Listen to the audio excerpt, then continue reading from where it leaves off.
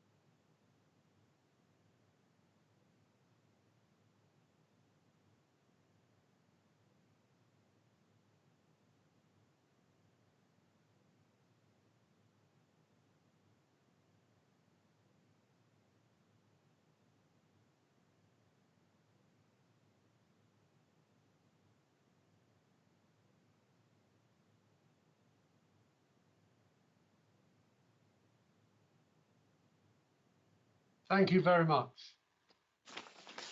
I would like to begin this meeting by paying a sincere tribute to all those individuals in and around Trowbridge who have enabled our community to function over many weeks. As a town council, we have certainly done as much as we can to help the residents of Trowbridge, and I commend to you the details posted on our website and circulated in the Discover Trowbridge weekly newsletter, which sums up our activity.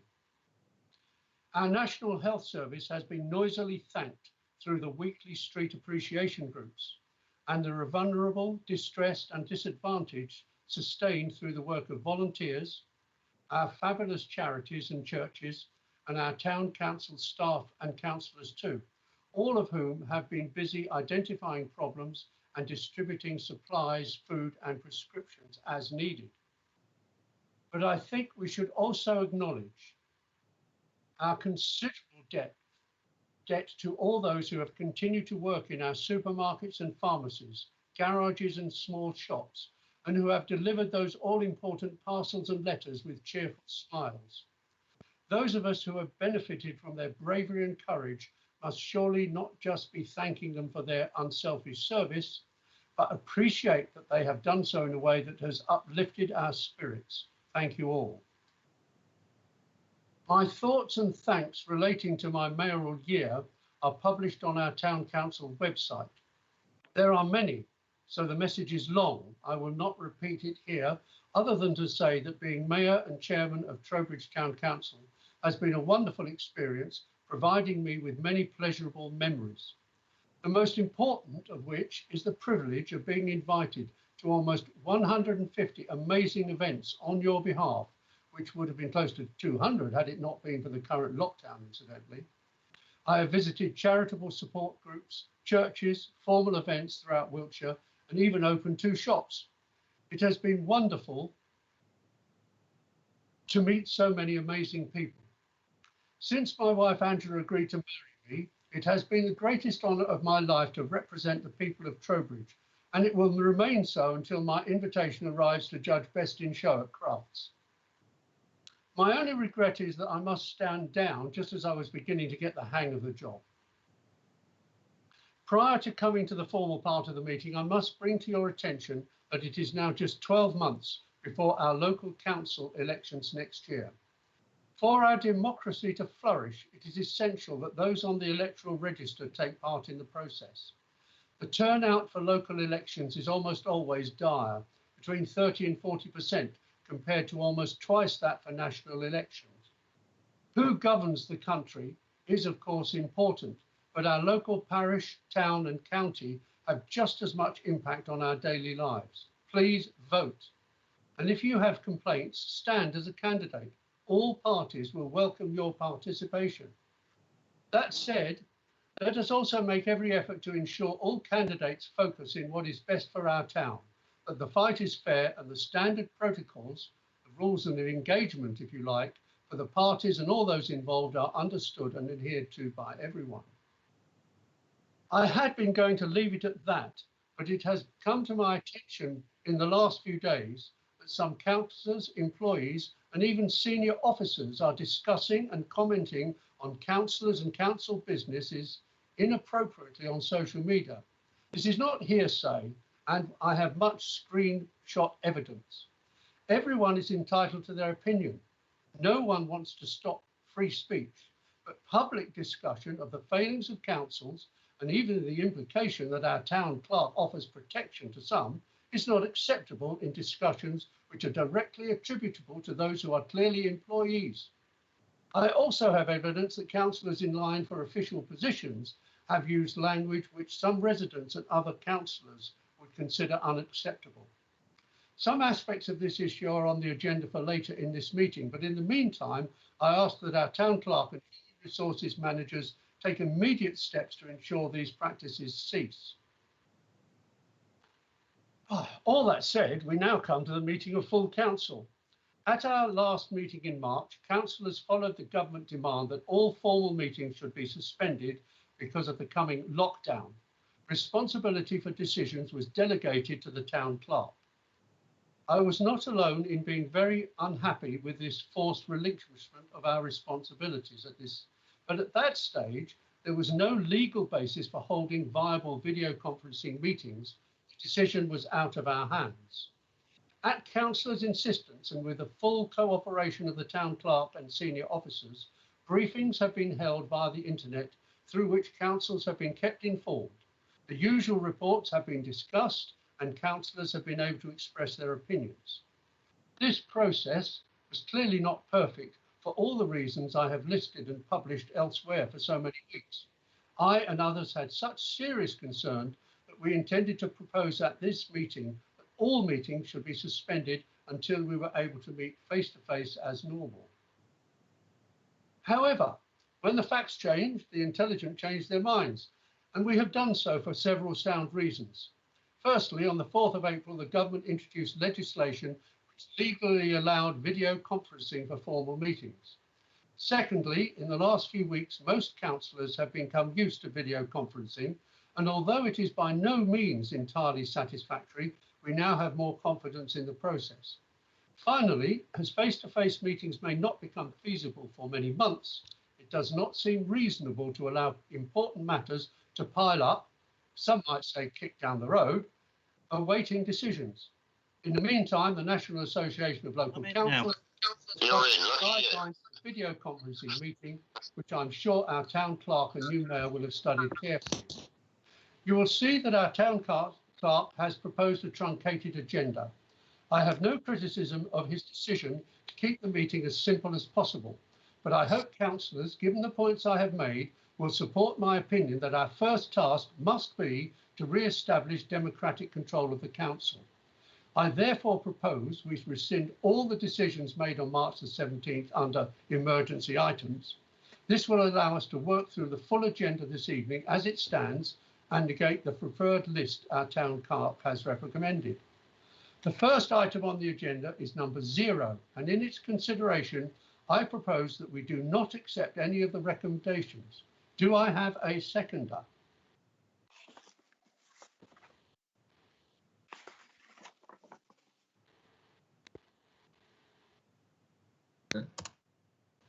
I'll second it, David, if you've got no one else. Thank you very much indeed. That item is seconded. We now need to take a vote. The item for consideration is that we do not. Mr. Mayor, there might be somebody who wishes to make an amendment to that proposition first. Yeah, we would like to make an amendment in that we agree with suspension of A and B, but we'd like to shuffle. Sorry, wait a minute. Let me get this right. We agree with B and C, but not A, because we'd like to shuffle around some of the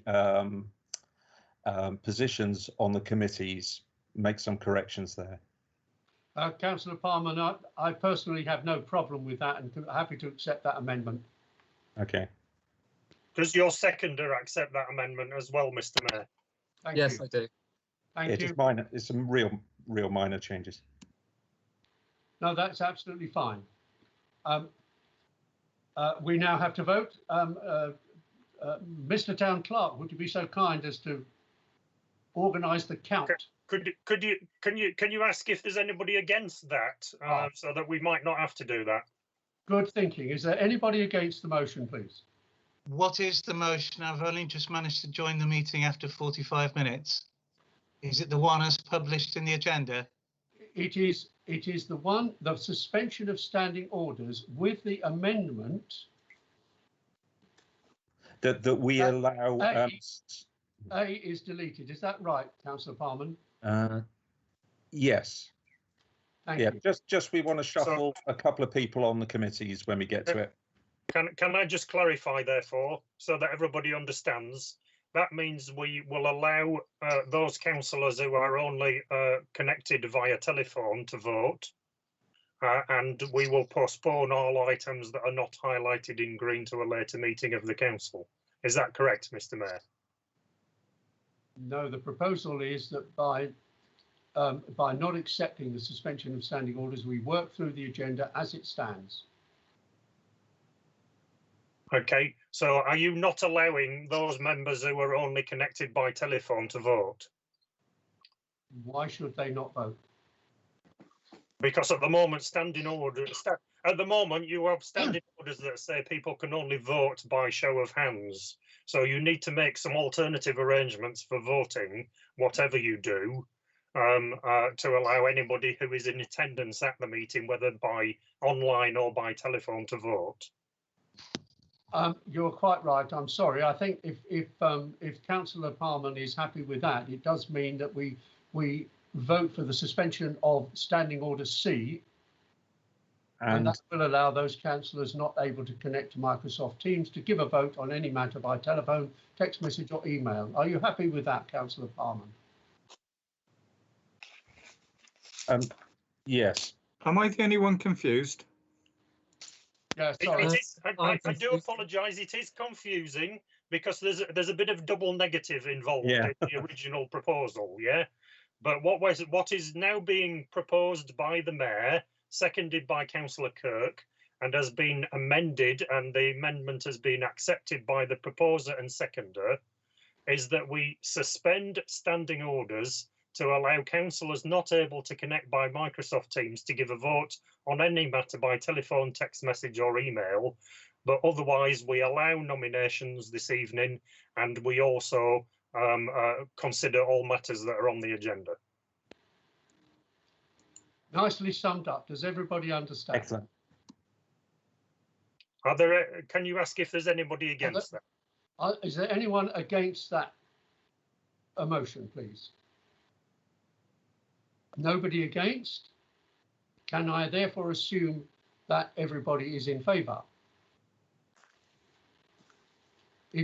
Councillor Whiffen opposes. Excuse me, Mr. Mayor. Councillor Whiffen opposes. He's been trying to join this meeting for an hour and cannot, and has not got access to a phone other than through me, so cannot follow the meeting. Oh dear, I am so sorry. However, it would seem to be that there is a majority in favour. I would like to vote against with Councillor Whiffen. Sorry, who's that? It's Graham Hill. All right. Hello, Graham. Hi. So yeah, can we have a full vote, please? Right. Over to you, Lance.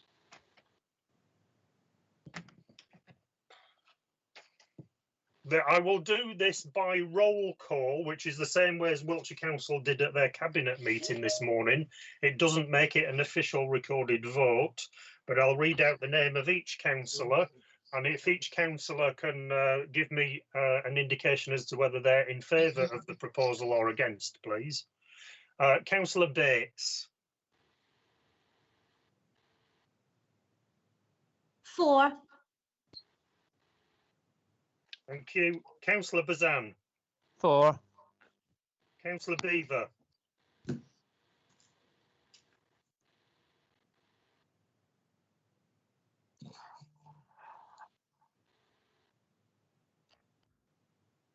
4. Thank you. Councillor Blackmore. 4. Councillor Blakemore.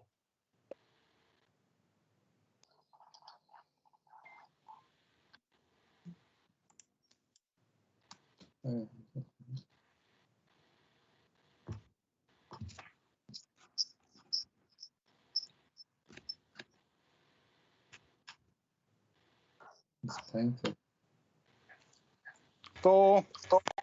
Thank you. Councillor Bryce.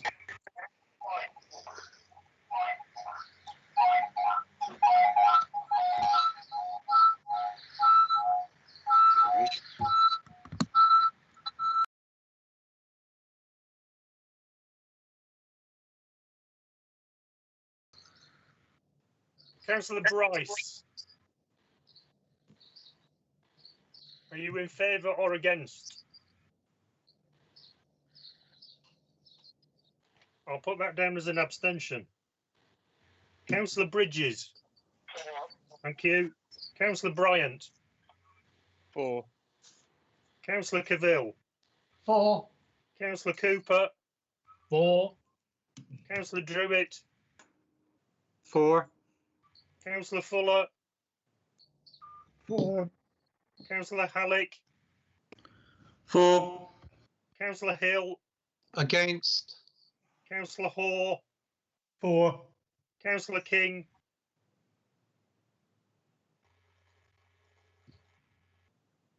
4. Thank you. Councillor Kirk. 4. Councillor Oldreeve. 4. Councillor Parman. 4. Councillor Piazza. Abstain. Councillor Whiffin. Against. Thank you. That's 2 against, 2 abstentions. That's carried. Thank you very much indeed. May we now move forward to the election of the new mayor. There is one nomination, and I understand that Councillor Fuller is happy to accept the position. So I'm more than pleased for him to assume a new role. I'm assuming there are no further nominations, Mr. Mayor. Well, I understood, Mr. Town Clerk, that we weren't allowed to put forward any further nominations. No, you've agreed you can put forward nominations on the night, but I'm getting clear indications from others that there are no other nominations. So you can declare Councillor Fuller elected. I declare Councillor Peter Fuller elected as Mayor of Trowbridge for the forthcoming year. Congratulations, Peter, and good luck. We wish you well. Peter. Rather ominous. Could I proceed now to make the statutory declaration in the presence of the clerk, and hopefully he will see me do it. I just want, Lance, can you see that there? I can't, no. Let me get a bigger picture of you. Let's get rid of everybody else, and then I can do that. And let's get rid of Graham as well. And there we are. That's a nice big picture of you. Let's fill the screen. Thank you very much. Yes, I can see that now. Could I make the declaration then? I, Peter Fuller, having been elected to the office of Mayor of Trowbridge Town Council, declare that I take that office upon myself and will duly and faithfully fulfil the duties of it according to the best of my judgment and ability. And I can see you signing it. Congratulations, Peter. Thank you all very much. Could I just say it's a great honour to be declared the Mayor of Trowbridge. It's a marvellous town, and it's one which I'm proud of. And I'm proud of the town council, would you believe?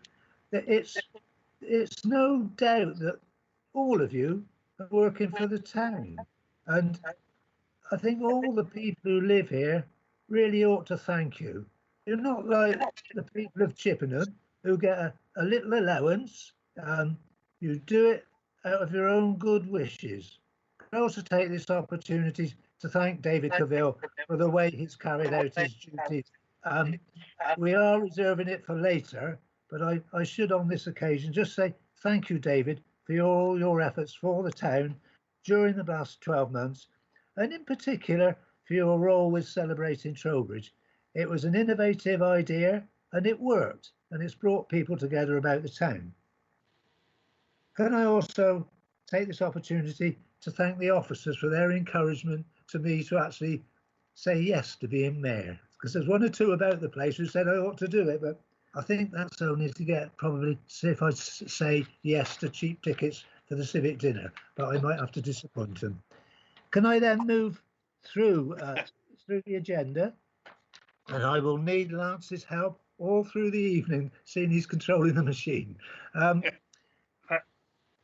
Can I just say that because we've decided to do everything on the agenda, you need to take items 1C, D, and E if they're appropriate. Right. I think we may have already received item 1C from David. Yes, my statement has been made. I need not add to it, I don't think. There has been no engagements over the past few weeks, as you can imagine. And Peter's already said thank you if that's the. So thank you. I'm sure there'll be an official vote of thanks and some photographs for you to take away with you at some point in the future. I think we have to make a normal presentation to David at the next or first proper meeting of the councils, so I can do it properly. Let me thank you, David, for all that you do for us. Thank you, Peter. It's been a great pleasure. Can we move now to the election of the deputy mayor? I take it that there are no further nominations. The nominations stand as Steve Aldreve and Jeff Whiffen. No sounds on everybody. So, Lance, would you like to conduct? I will now conduct a further roll call. You've already had a practice. So if you remember what the alphabetical order of councillors is and get yourself unmuted ready for me to ask you, I will be asking you this time if you are voting for Aldreve or Whiffen. If you could indicate whether you are voting for Aldreve or Whiffen, please. And I start with Councillor Bates. Aldreve. Thank you. Councillor Bazan. Whiffen. Thank you. Councillor Beaver. Aldreve. Thank you. Councillor Blackmore. Aldreve. Thank you. Councillor Blakemore. Aldreve. Thank you. Councillor Bryce.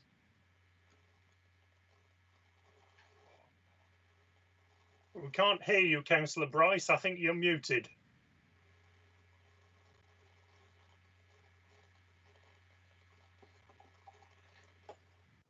Councillor Aldreve wishes to speak.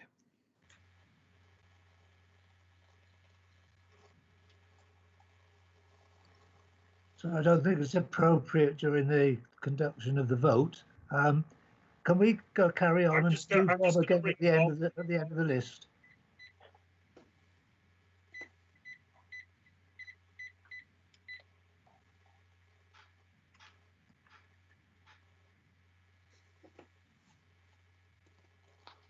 What's going on there?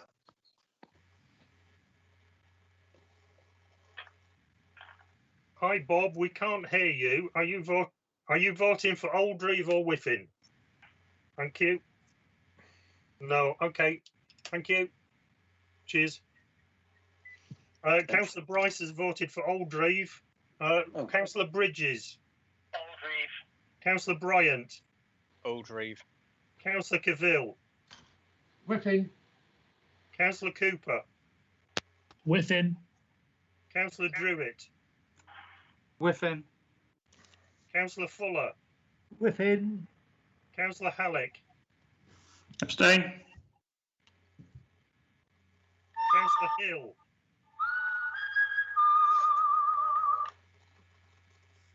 Goodness me. Graham, you're muted.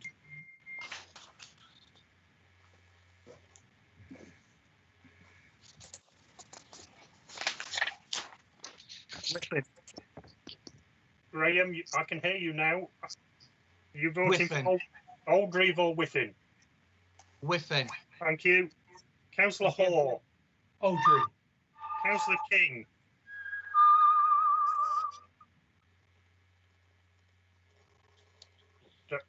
Whiffin. Whiffin, thank you. Councillor Kirk. Abstain. Councillor Oldreeve. Oldreeve. Councillor Parman. Oldreeve. Councillor Piazza. Abstain. Councillor Whiffin. Whiffin. Thank you.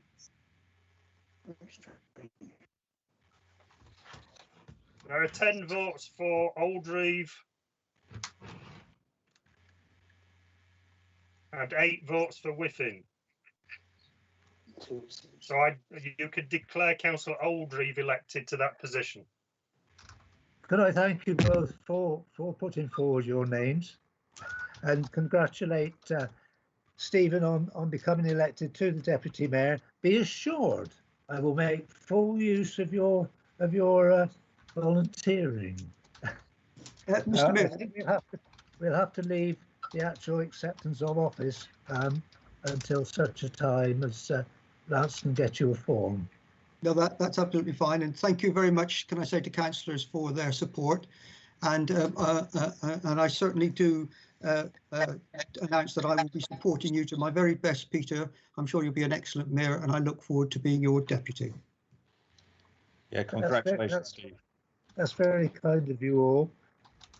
Can we now move to accepting the member officer protocol and code of conduct, which is normally done at this annual meeting? The recommendation is that the council readopts the member officer protocol and code of conduct of the council, all of which you've had copies. You might ask if there's anybody against, Mr. Mayor. That's Peter, by the way. You know me. Is there anybody against? No. Are you all happy for it to go forward? Yes. Then I declare that that is accepted and that we adopt the protocol and code of conduct as shown. And similarly for the standing orders, to consider for adoption the standing orders of financial regulations of the council, as previously circulated. I don't think there are any amendments, are there, Lance? I'm not sure actually. I would have to bring the document up if you just bear with me.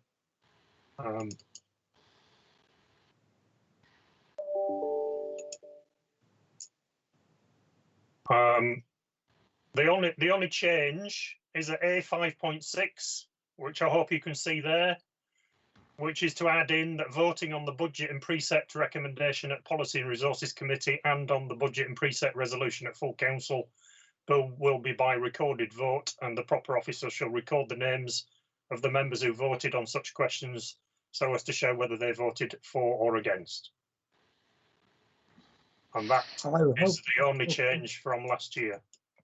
I would hope that members would accept that alteration, which I believe started off with Councillor Kirk. It did. One of his better ideas. Are there any against? I take it then that you're all in favour of that alteration, and that we should accept the standing orders and the financial regulations as shown. That's at the top of your original agenda. Yes, no no's? Good, well, I'll take that as accepted. Can we now move to the election of leader of the council? And to consider the nominations from members and to elect a councillor to the role of leader of the council for the civic year 2020-21. As noted, the leader will be chair of the P&R committee, an ex officio member of each committee of the council. Are there any further nominations in addition to Councillor David Cavell and Councillor Stuart Parman?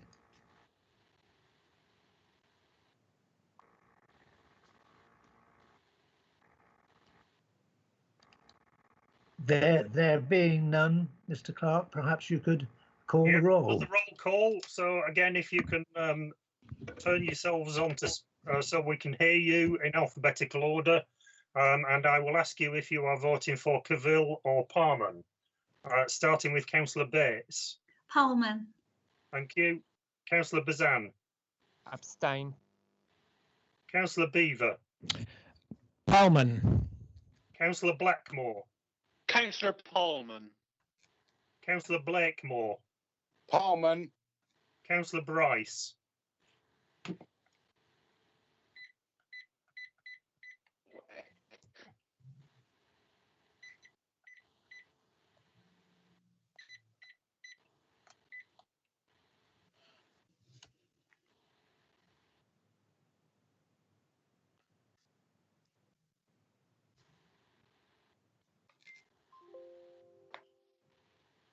Thank you.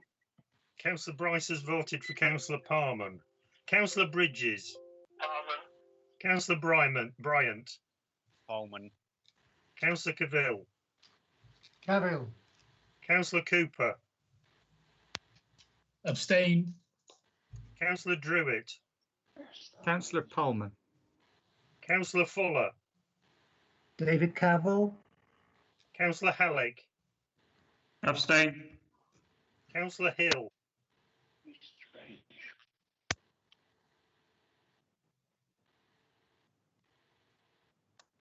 Parman.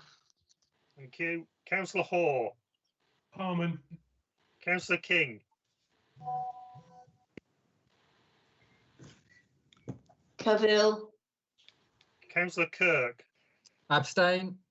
Councillor Oldreeve. Parman. Councillor Pullman. Pullman. Councillor Piazza. Abstain. Councillor Whiffin.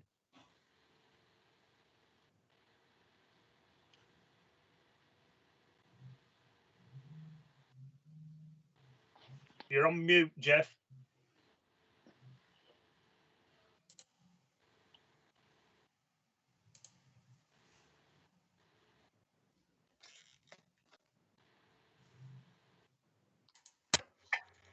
Jeff, can you hear us? Yes, yes. Are you voting for Cavell or Parman? Cavell. Thank you. That's 1, 2, 6, 12 votes for Parman.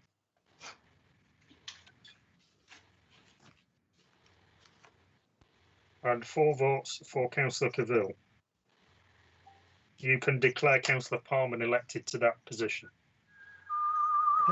Can I thank you both for putting your names forward and congratulate Stuart on his elevation to lead the council, and I hope you enjoy the next 12 months.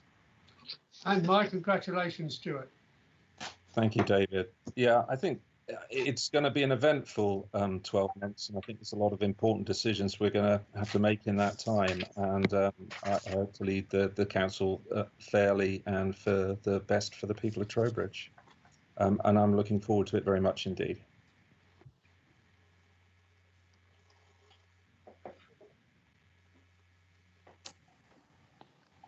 Thank you for that, Stuart. Can we move now to the election of committees and to approve the structure as subject to any alterations which come within the guidelines.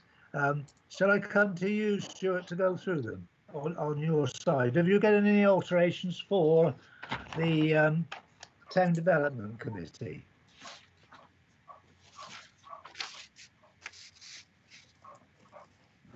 Can you unmute yourself, Stuart? Mute myself, right. No, not for the Town Development Committee. No alterations there.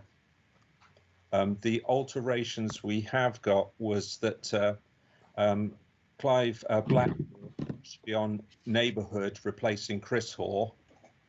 And Sorry, Chris can you just confirm that should be Clive Blackmore, yeah? Blackmore, yes. Sorry, Okay. Blackmore on Neighbourhood, replacing Chris Hoare, and Chris to be on Leisure. To replace.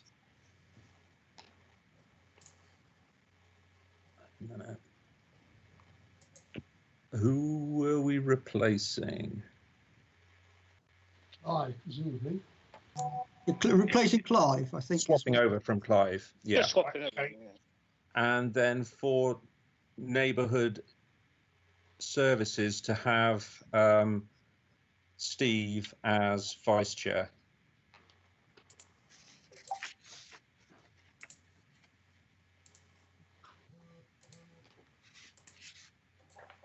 I love this real time changing. That would be your I don't think I can add to that. This is a PDF, so I can't do any more changes. I normally do deletions. Yeah, okay. That would be a nomination as opposed to Chris Hoare on Neighbourhood Services, yeah? Yeah. So is then there really should be no alteration then to museum? You've just got the names wrong. Yes. Yeah. Yeah, fine. So Nick remains on museum. Do you want? Let me see. Let me pull up the Word version, and I'll do a proper correction. Real time.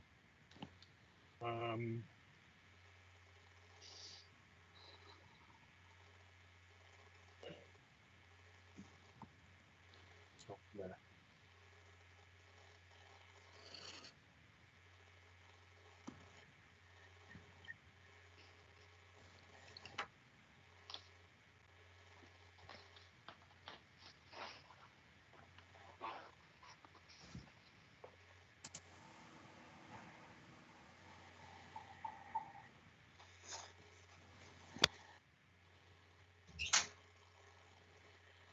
Sorry, Lance, may I just ask while you're, sorry, through you, Mr. Mayor, can I just ask, is standing orders, does it give a time limit on meetings? No. Okay, thank you.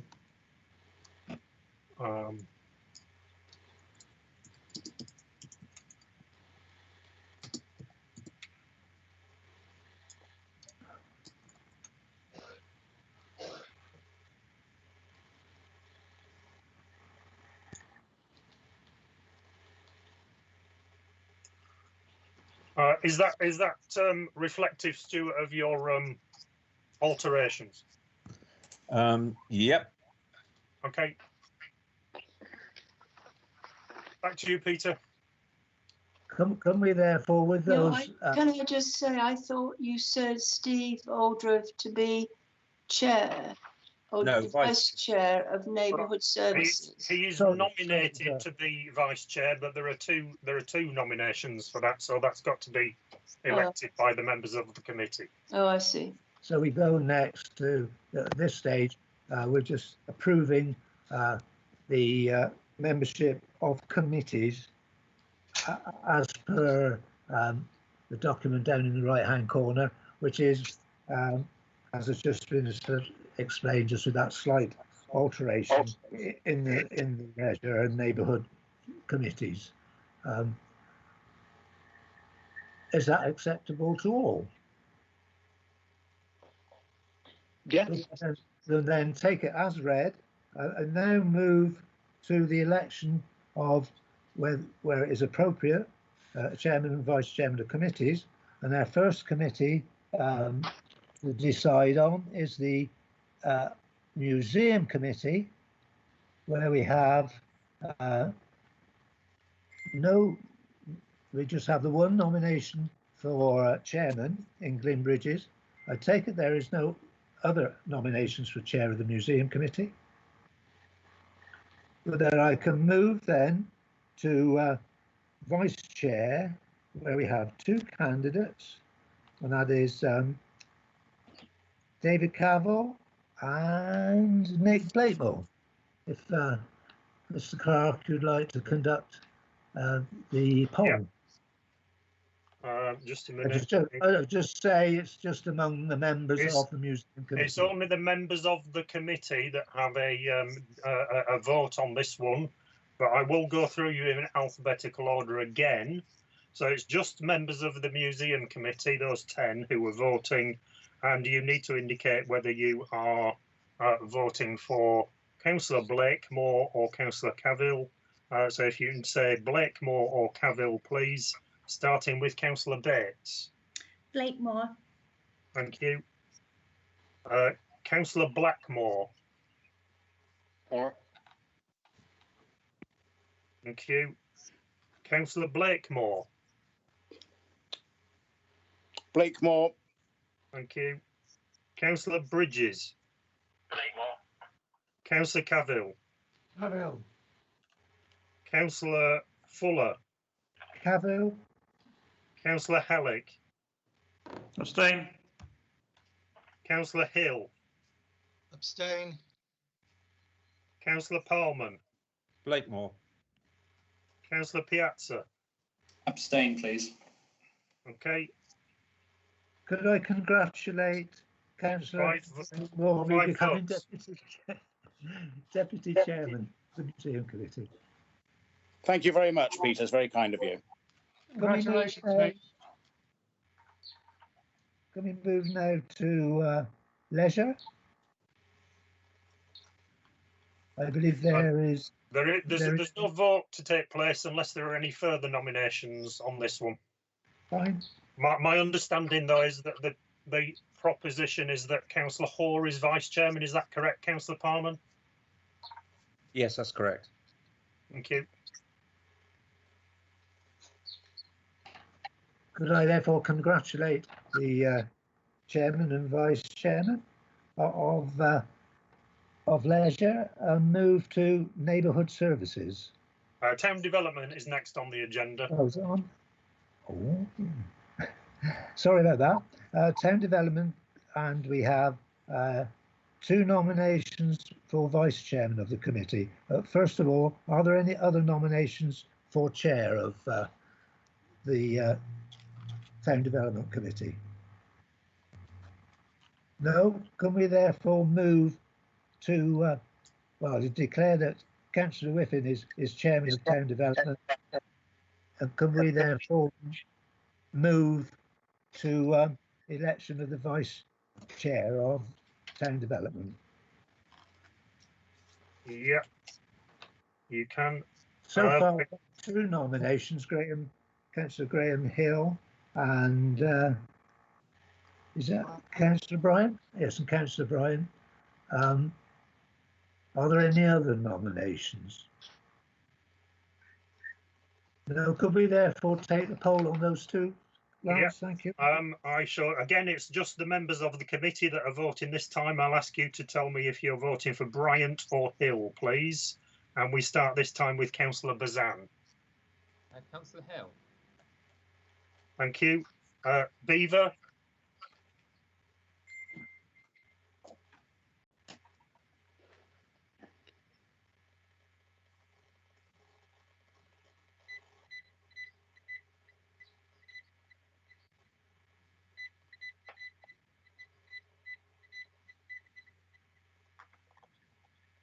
I shall try and get hold of Councillor Beaver.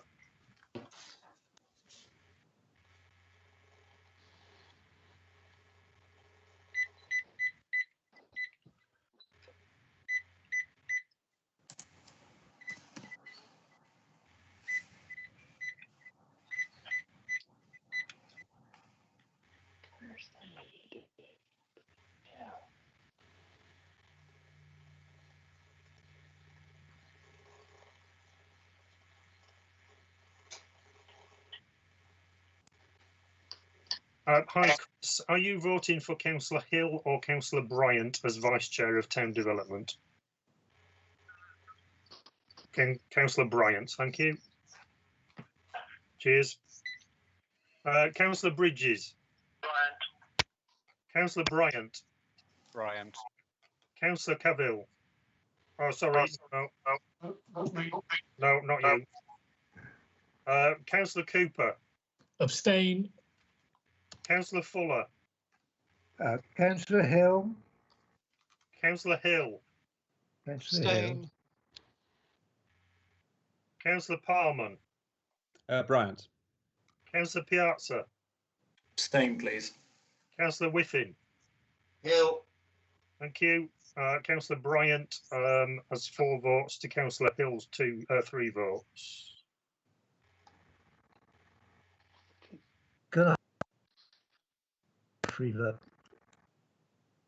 Councillor Bryant got 4 votes. Councillor Hill got 3 votes. Yeah, can I congratulate Councillor Bryant on being elected Vice Chairman of the Development Committee, and Thank you, Chair. thank Graham for standing. Can we move now then to Neighbourhood Services, where we have currently 2 nominations for Chair and 2 nominations for Vice Chair. Are there any more nominations for Chairman of the Neighbourhood Services? Can we therefore move Mr. Clark to the poll for Chairman? The 2 candidates are Councillor Bob Bryce and Councillor Dennis Druitt. Again, I'll go through the 10 members of the committee and ask you to vote Bryce or Druitt, please. So we start with Councillor Bazan. Druitt. Councillor Blackmore. Bryce. Councillor Bryce.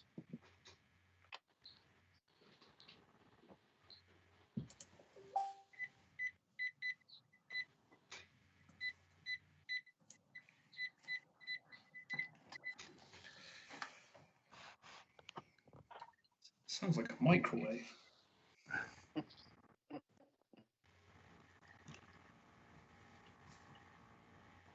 Thank you. Councillor Bryce voted for himself. Well, there's a surprise. Councillor Bryant. Bryce. Councillor Druitt. Druitt. Councillor Fuller. Councillor Druitt. Councillor King. Druitt. Councillor Oldreeve. Bryce. Councillor Palman. Bryce. Councillor Whiffin. Druitt. There are 5 votes each, so Councillor Druitt, as the outgoing chair of that committee, has a casting vote on who should be the chair of the committee. Thank you very much. Druitt. Well, you're casting your vote for yourself. I thought you might. Surprise, surprise. You can declare Councillor Druitt the chairman of the Neighbourhood Services Committee. Gives me great pleasure to congratulate Councillor Druitt, my near neighbour, to his reappointment to the committee. We move now then to Vice Chair. He's gone all still on us as a result. He's in shock, I think. I should, of course, let Councillor Druitt do this part of his committee. Let's see if I can get him back. Now you're much better looking, Peter. You carry on. Are we still alive? I thought. We have 2 nominations so far. Are there any further nominations? No, so we just have a nomination for Councillor Tom Bazan and Councillor Chris Hoare. It's actually Councillor Steve Oldreeve who is the other Stephen, nomination. sorry. Not as per the agenda, that's been altered. So I shall ask you to tell me if you are voting for Bazan or Oldreeve, please. And we start with Councillor Bazan. Bazan. Councillor Blackmore. Councillor Oldreeve. Thank you. Councillor Bryce.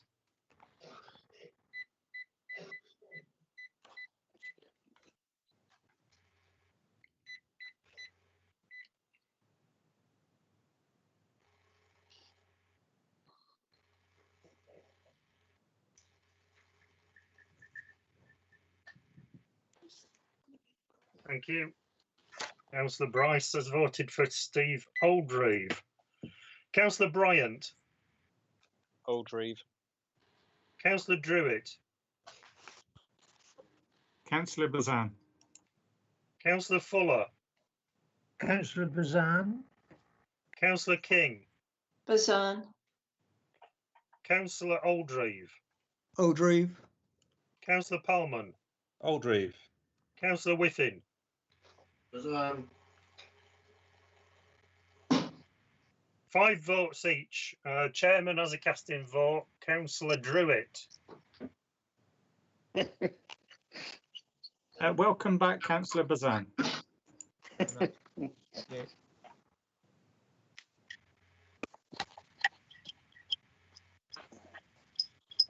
I keep muting myself. I don't know why. Can I congratulate Councillor Bazan and commiserations to Councillor Hall? No, it isn't. It's Councillor Oldreeve, my vice chairman. I should get the hang of this when we go back to normal. Mr. Chairman, Steve Oldreeve, could I congratulate Tom on his Tom Bazan on his election as vice chair? I'm sure he'll do a good job. Thank you for that. Thank you. Very magnanimous. Can I move now to Policy and Resources Committee and call upon the leader, who is actually who is the chairman, to arrange for the election of his vice chairman.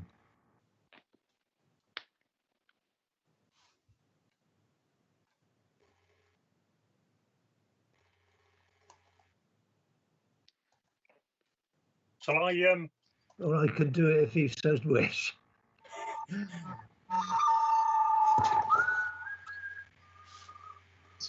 Can we move forward then? We've got 2 nominations for vice chair of the P&R committee, and that's Councillor Bob Bryce and Councillor David Cavill. Are there any other nominations?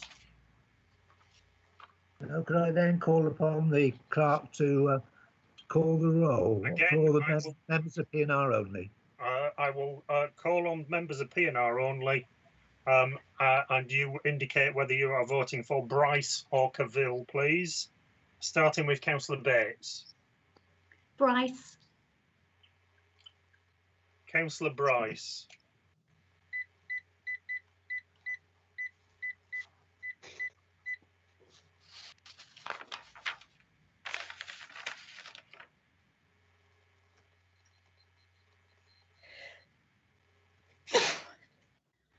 Thank you. Councillor Bryce has voted for himself. Councillor Bridges. Bryce. Councillor Cavill. Cavill. Councillor Druitt. You're on mute. Cavill. Thank you. Councillor Fuller. Cavill. Councillor Halleck. Abstain. Councillor Hoare. Bryce. Councillor Palman. Bryce. Councillor Whiffin. Cavill. That's 5 votes to 4, so Councillor Bryce is elected to vice chair of P&R. Congratulations, Bob. Yeah, and mine as well. Well done, Bob. Could I now ask Councillor Pullman to move forward with the election of the three bodies which come under the P&R committee? That's the Town Clerks Review Panel, the Civic Board, and Risk and Audit. On the list you have before you on Risk and Audit, we did have David Carroll in there as the one of the Conservative representatives. That was in case he managed to be chair of P&R, but unfortunately that didn't happen. So I would wish to substitute Councillor Whiffin for David Cavell in that section for the Civic Board.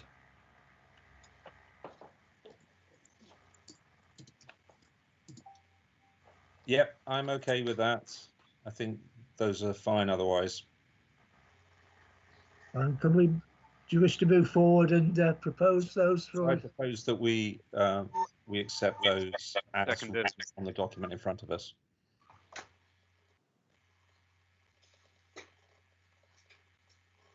So that's moved, and I think I was seconded.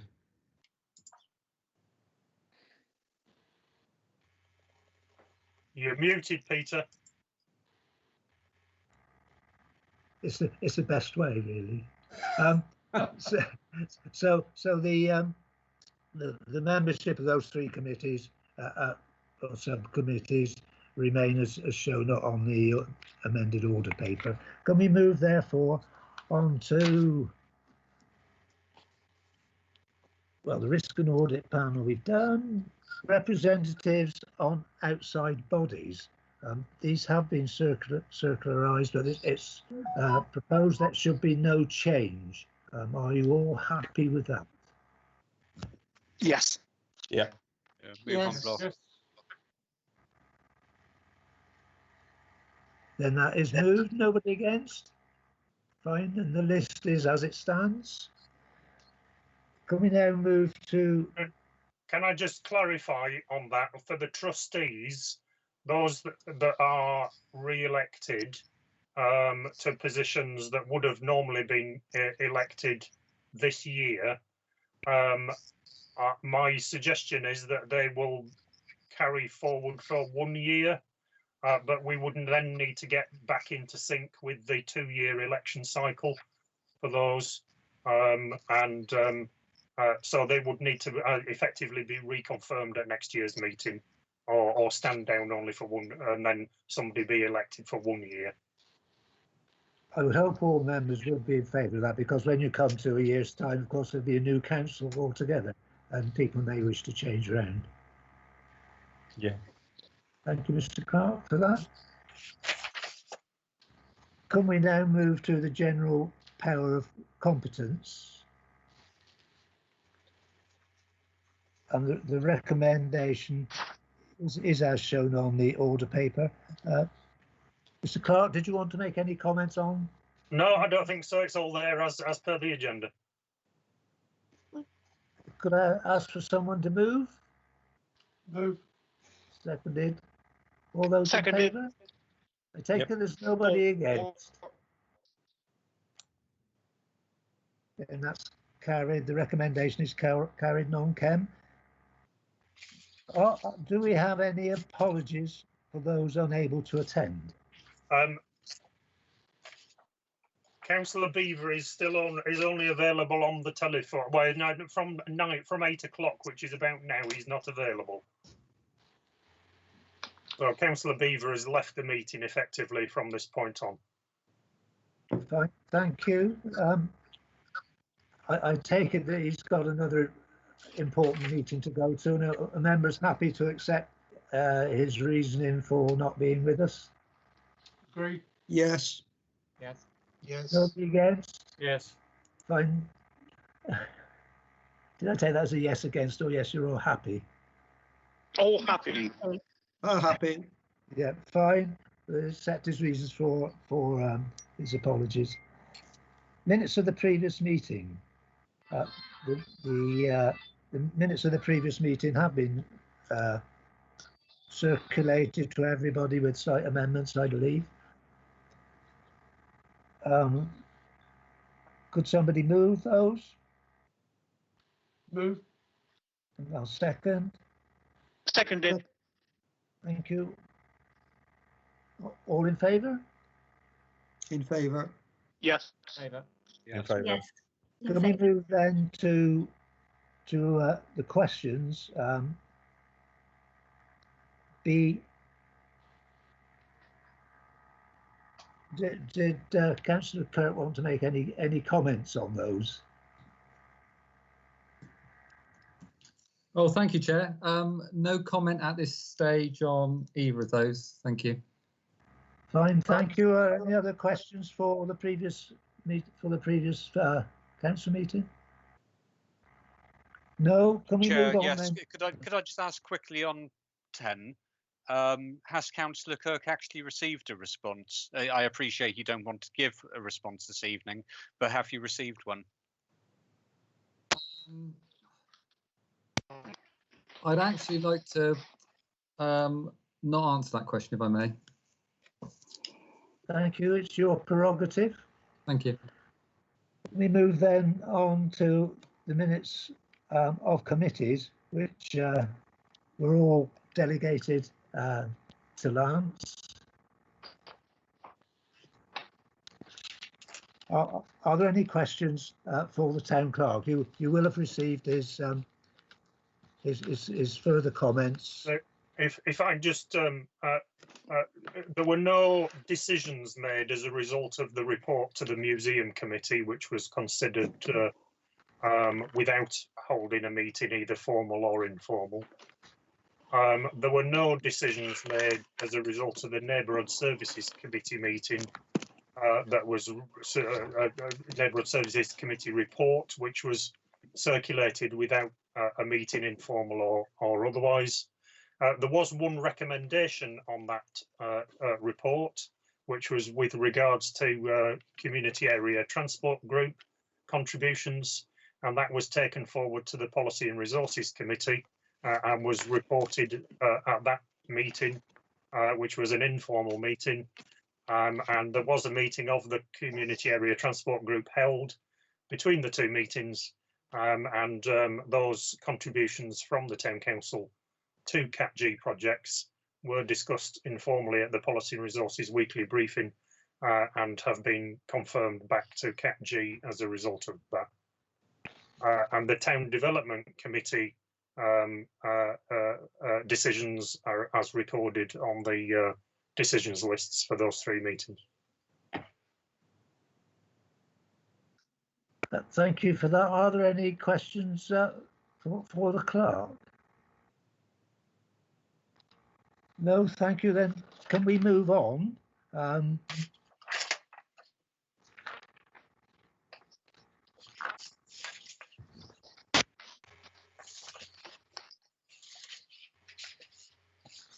Sorry, Chair, have we done P&R? Sorry, Chair, have I missed that? Well, we haven't quite moved on, but there was the question noted there in respect of instructing the comment that you were instructing a solicitor to take legal action against the town council. Did you want to make a comment there? Yes, I will, but sorry, I wanted to go back on something on P&R regarding the furlough scheme.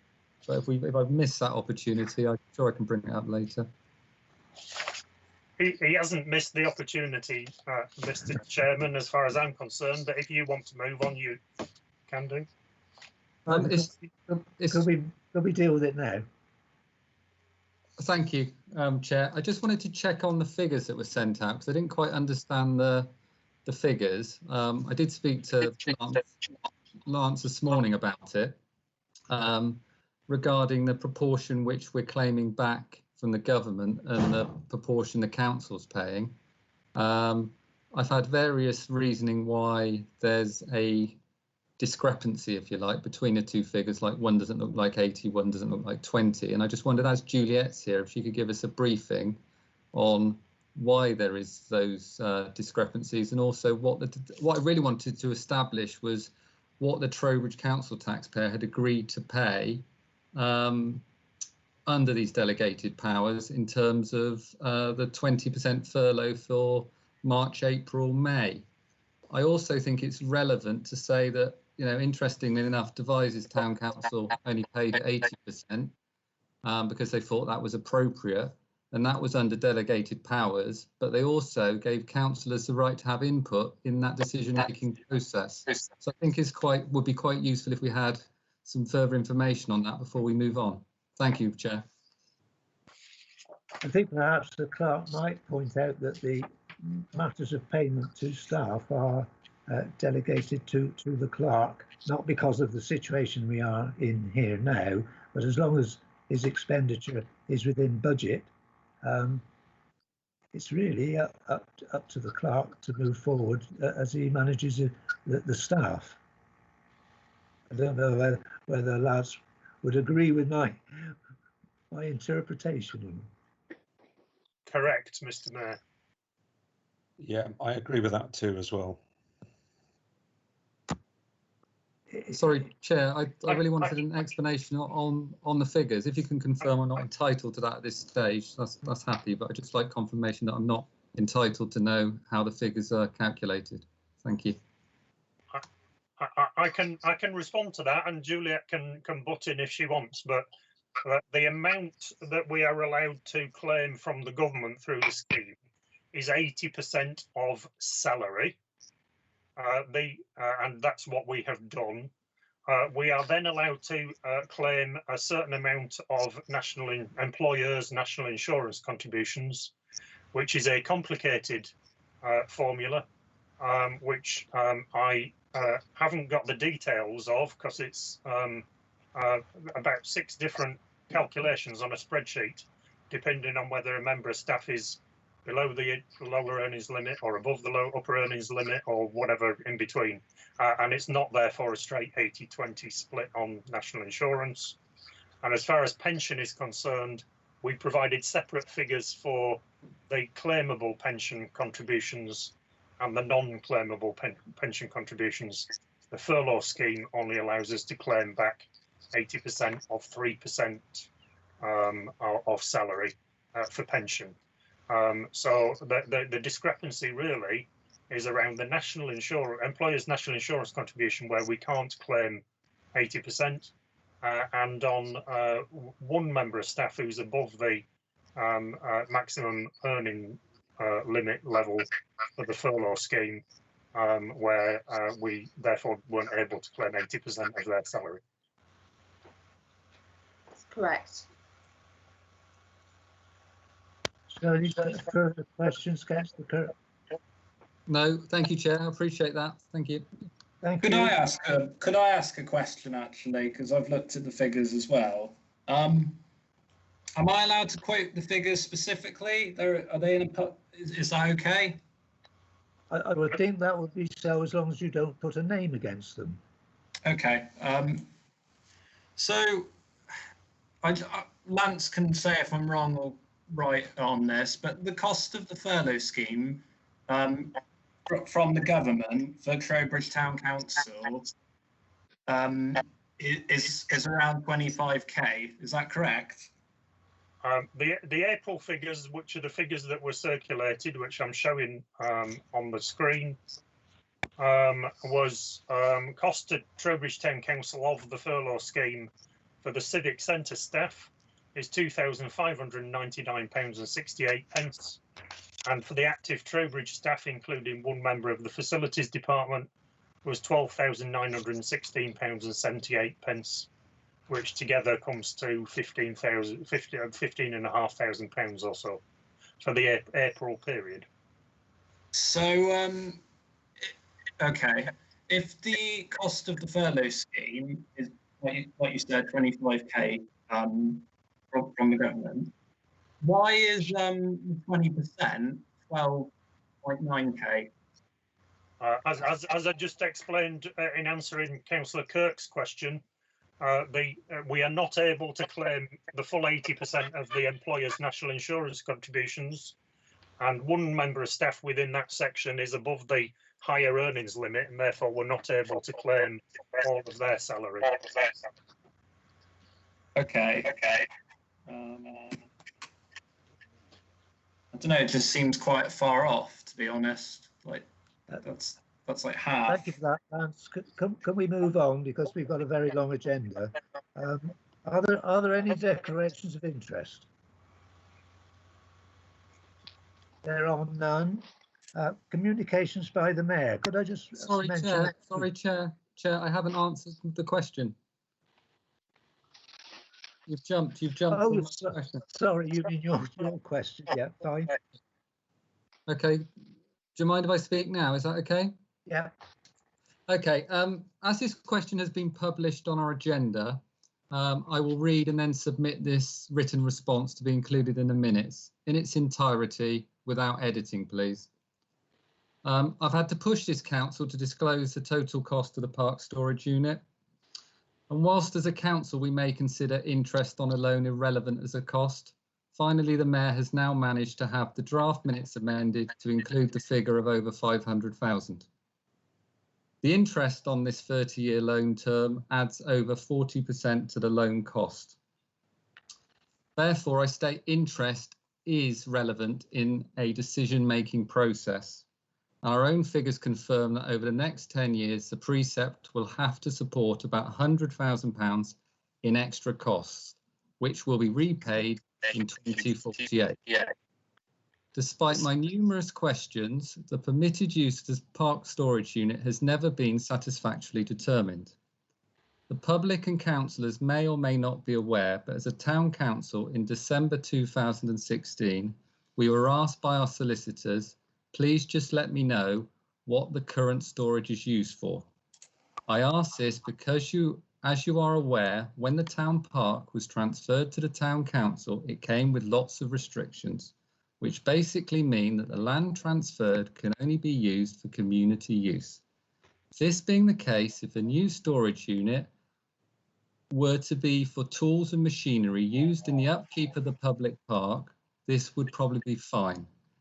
But if it was used for, say, town council archiving, then this may not be seen as community use. We are planning to use the park storage unit to charge for services, both for active Trowbridge and potentially the grounds maintenance, street cleaning operation. Active Trowbridge is considered commercial in terms of HMRC for staff furlough purposes. Also, we may decide at a future date to contract out these services to the private sector. How can this then be community use, particularly when our own solicitor was concerned that we may store something other than a spade dedicated for use in the park? To summarise, no, I am not suing the town council. I am acting in the town council's interest in formally establishing the limitations of use of this park storage unit, and in so doing, protecting the financial investment of Trowbridge Council taxpayers who were signed up by this council to fund this project for 30 years. In terms of legal action, my solicitor will be writing to the town council for specific details of intended use and then requesting that Wiltshire Council Planning Enforcement take the potential breach of planning seriously.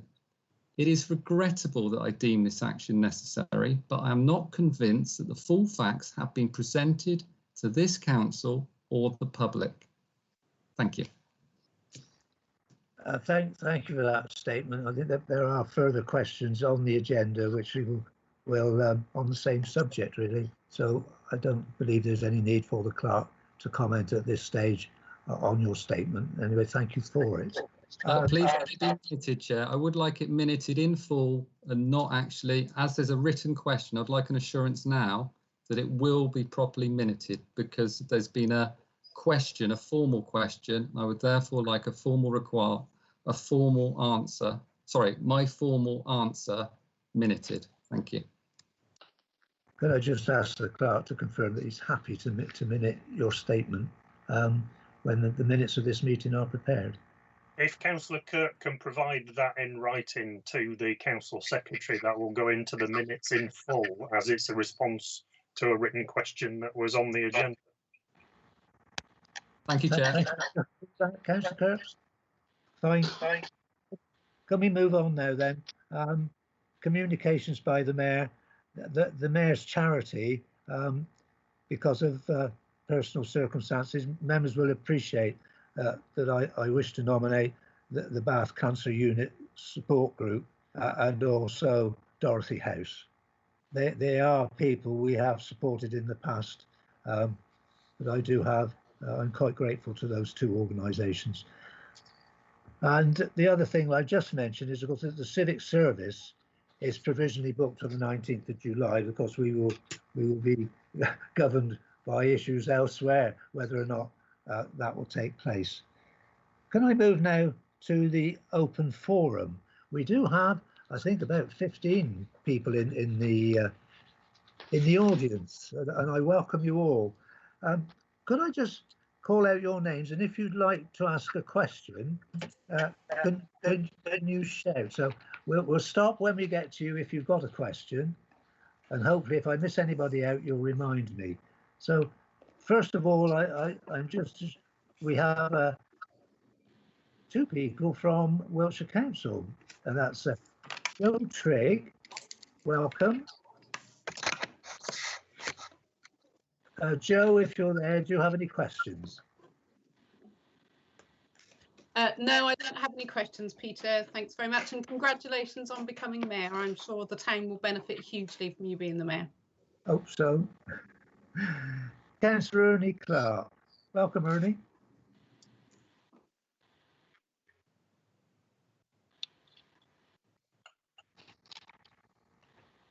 Councillor Clark has submitted a written question. I don't know if he wanted to read it himself. Where are you, Ernie? Peter, I think Ernie left about 20 minutes ago. Shall I read his to be quiet? Shall I read his written question then?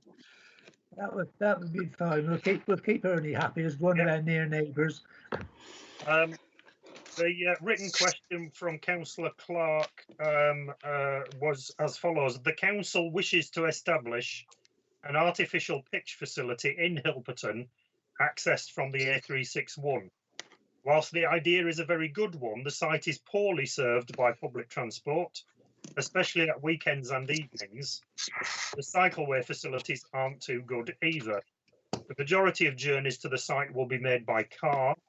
How does Trowbridge Town Council view this in relation to its climate emergency position? Surely encouraging the use of motor vehicles for cross-town travel doesn't make sense.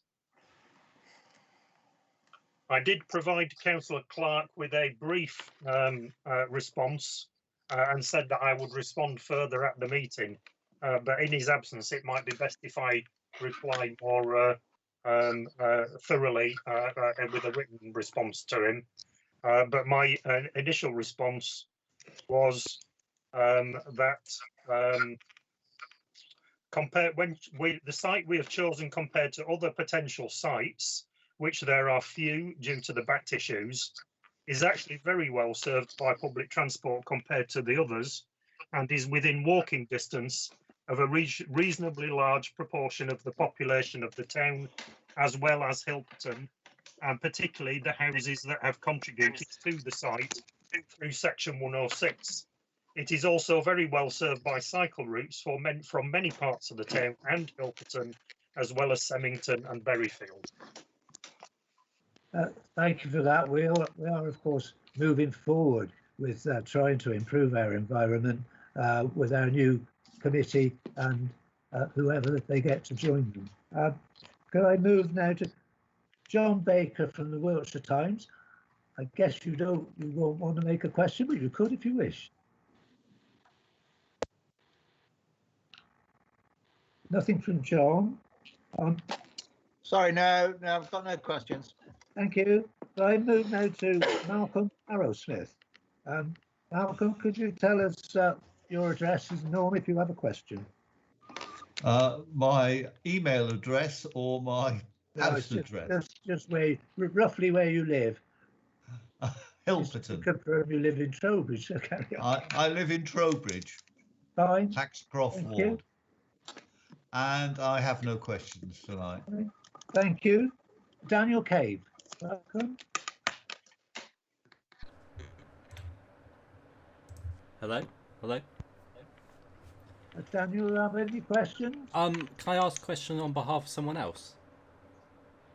Well, you'll be asking a question, so yeah. Yeah, that's fine. You can ask it. There's just a few questions. I think it was around rebates of council tax, and was wondering whether that would be possible. So the question is, what are the options? Could I stop you there? Rebates of council tax are a matter for Wiltshire Council, not the Town Council. Okay, I will pass that on. And is it okay if I ask one other question? Yes, well, away. Okay, so the other question is, why can certain councillors get away with refusing to reply to emails when they get asked questions they don't like? So I'm guessing the question is there, do councillors have to reply to emails, whether they like the email or not? Well, obviously, a councillor should really reply to an email, but at times it gets difficult. But the easy answer, of course, is always just to acknowledge it. And then if you don't want to reply, leave it at that because you've had a reply. But there have been complaints made about people not replying to emails. The clerk wants to add anything to that. No. No, that's fine. Yeah. I'll pass that on. Thank you very much. Okay. Paul Egan, have you any questions, Paul?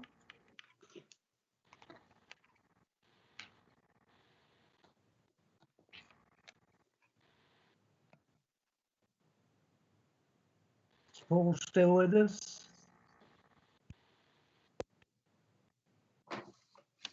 Can you hear me? Can you hear me? Is that you, Paul? Sorry. Yes, that's me. Sorry. Yeah, It must have double muted itself. Yes, please. I'd like to ask who made the decision to furlough staff at 100%, please?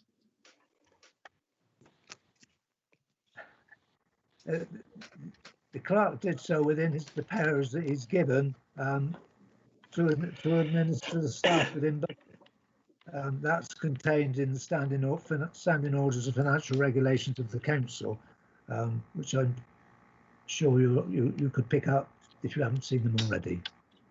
Thank you. Any further questions on that? Can I just clarify? I think in the additional information that I circulated, it does explain that we were provided with advice by Southwest employers, who are our HR advice organisation, who provide advice to councils across the Southwest region.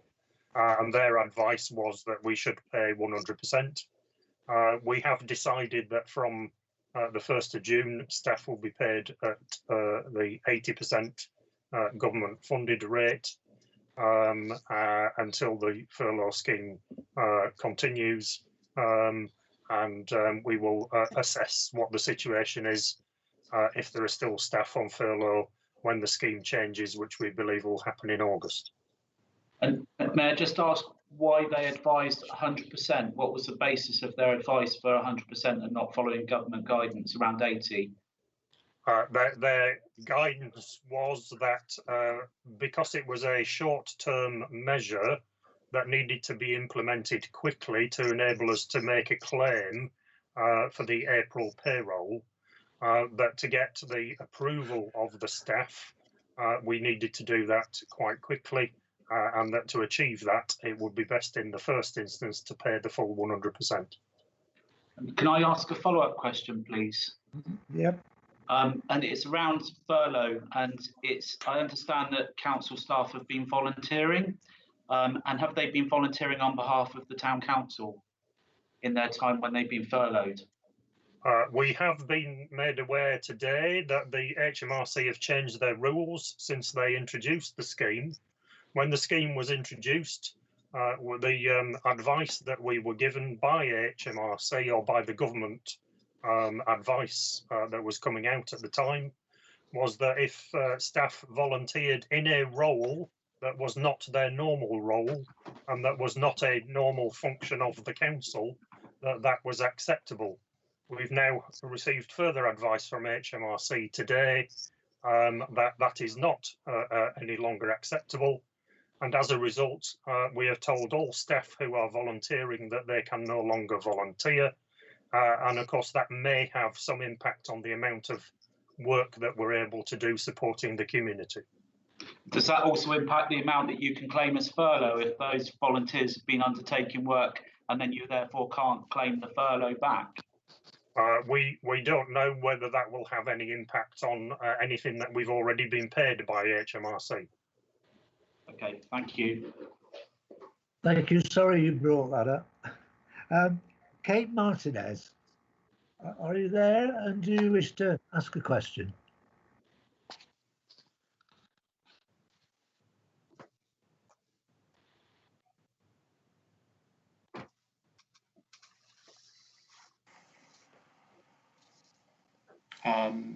Might be muted as well. I don't know. I don't think Kate joined the meeting, to be honest.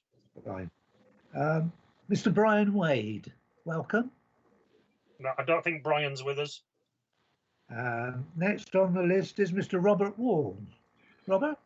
Yes, I am here. I just want to apologise that I actually signed into the meeting calling myself Trowbridge Town Council because I couldn't work out any other way of getting into the meeting, but I have no other questions. Fine. Thank you very much for your attendance.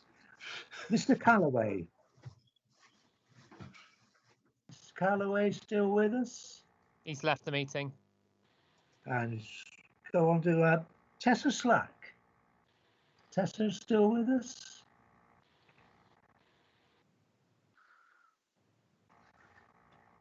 No? I'm lucky to know that Mr. Jubby is here because I've seen, there you are, Paul. Welcome to the meeting. Did you have any questions you wish to ask?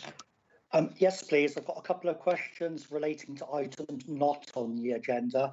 I've also got an item relating to motion 19 and 23.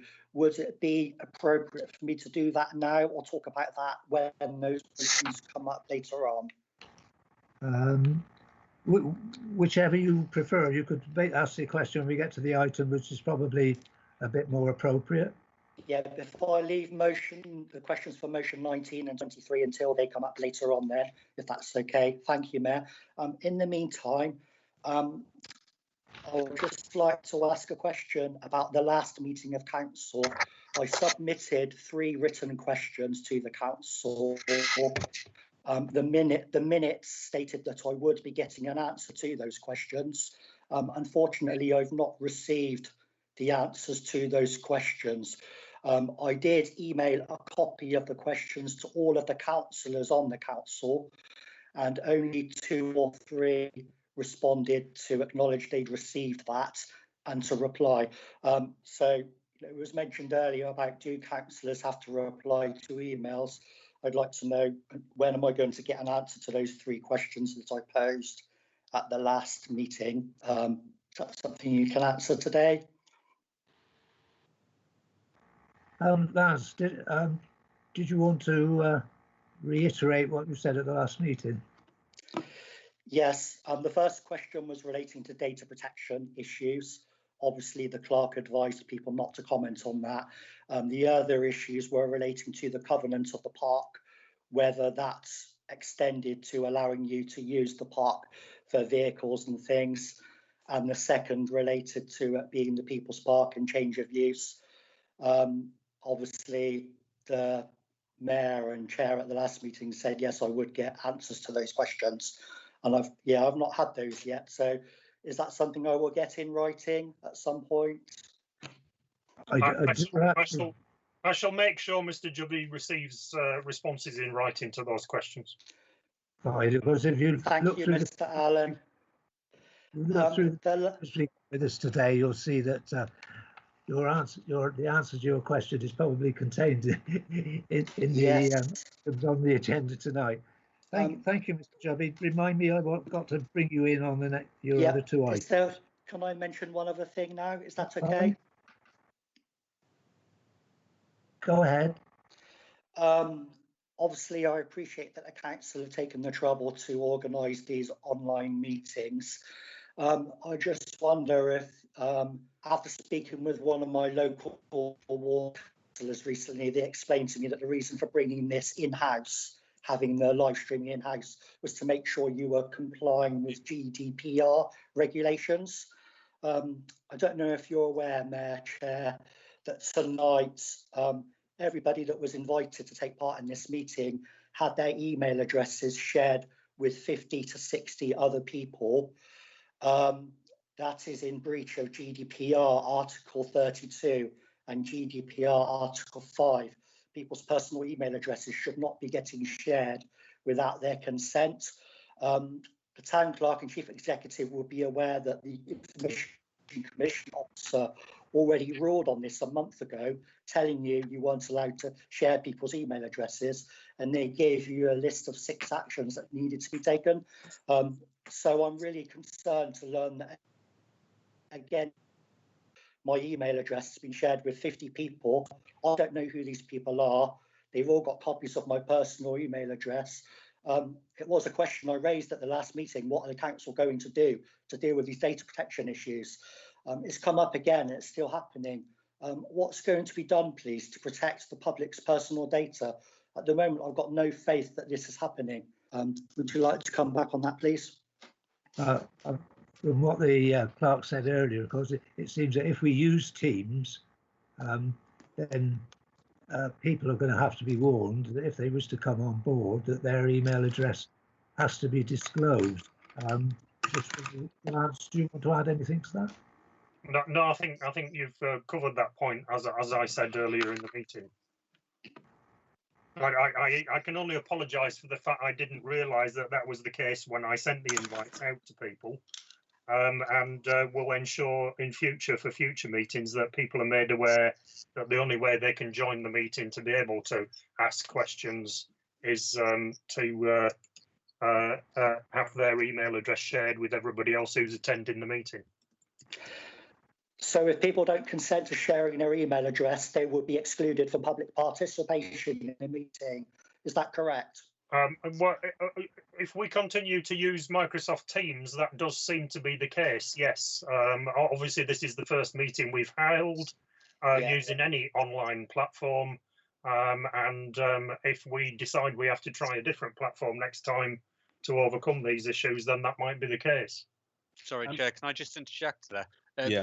Can I make the assumption that you could still use phone, and therefore the email wouldn't have to be disclosed at all? I've still not quite worked out how you get more than one person to ring in. Yeah, and unless I have a bank of 20 phones, then I'm not sure that that works either. Can I interject here? I do believe that it is possible with Teams to do it in such a way that it does not show the email addresses, but I think we're going to have to investigate that a bit more, because on other Teams meetings I've been on, I've not seen everybody else's email addresses. So I think we're learning how to use this system, and we need to look into it in more detail and bear the GDPR rules in mind. Yeah, thank you for that, Stuart. I must admit, I haven't taken a note of Paul's email address because, well, it's not something that I would have looked for anyway. But thank you for that. I'll have to leave that with you, Paul, as to whether you wish to take it further or not. Could I move on then to Anthony Mansfield, if he's still here?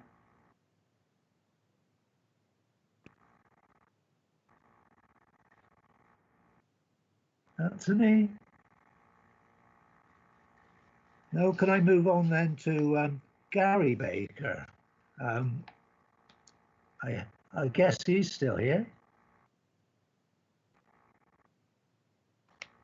He is. Oh. Mr. Baker, welcome. Do you have a question for us?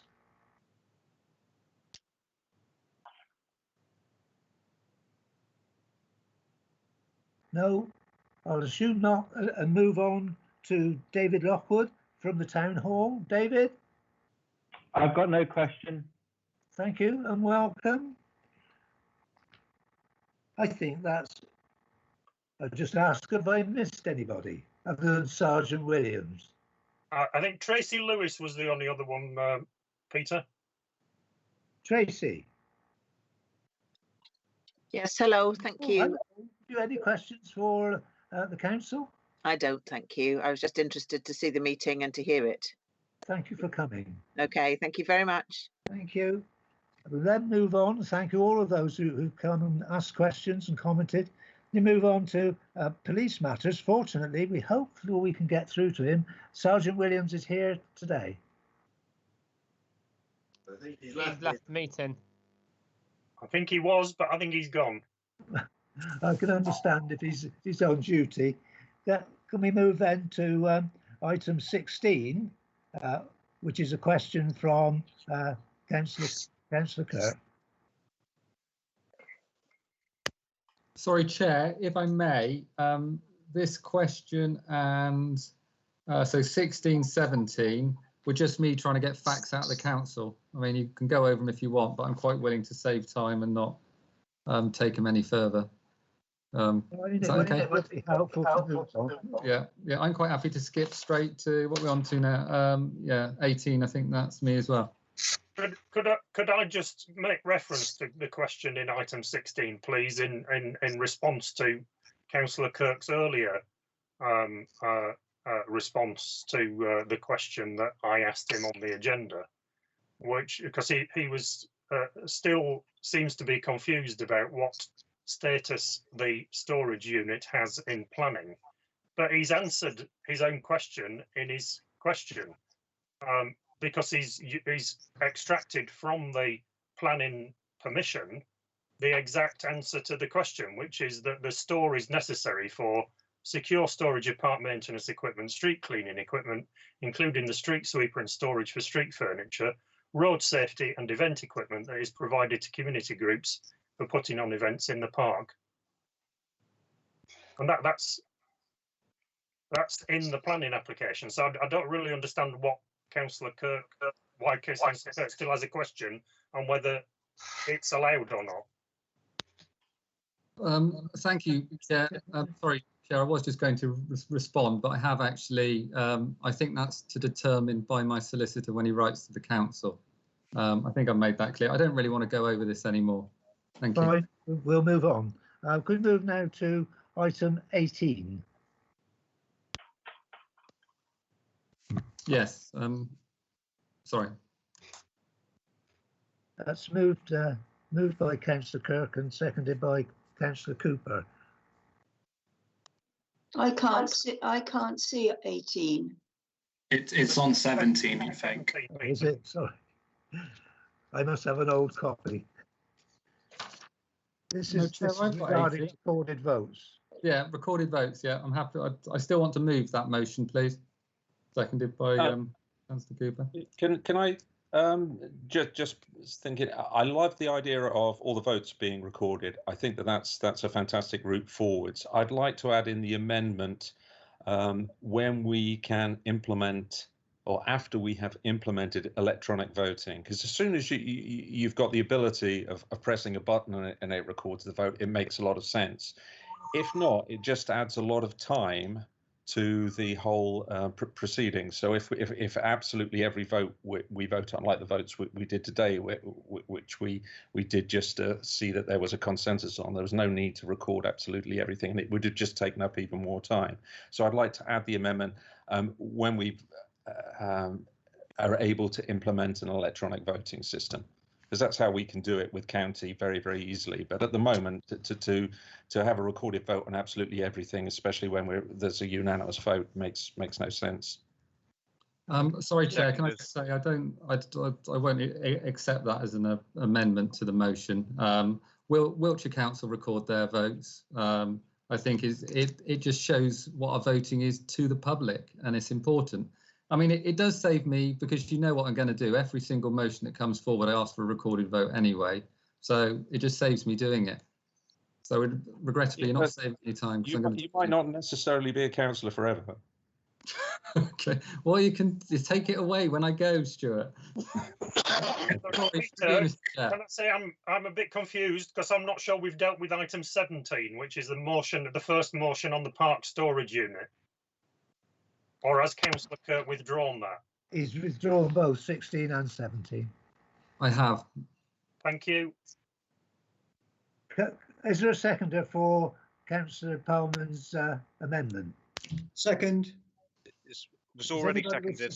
To speak to the amendment.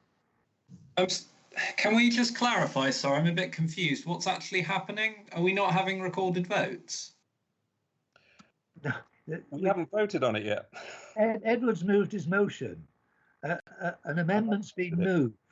And so as to dispose of the amendment, one way or the other, we have to put that first. May I come in, please? Yes, certainly. I take Stuart's point. It would be a good deal easier to do it electronically.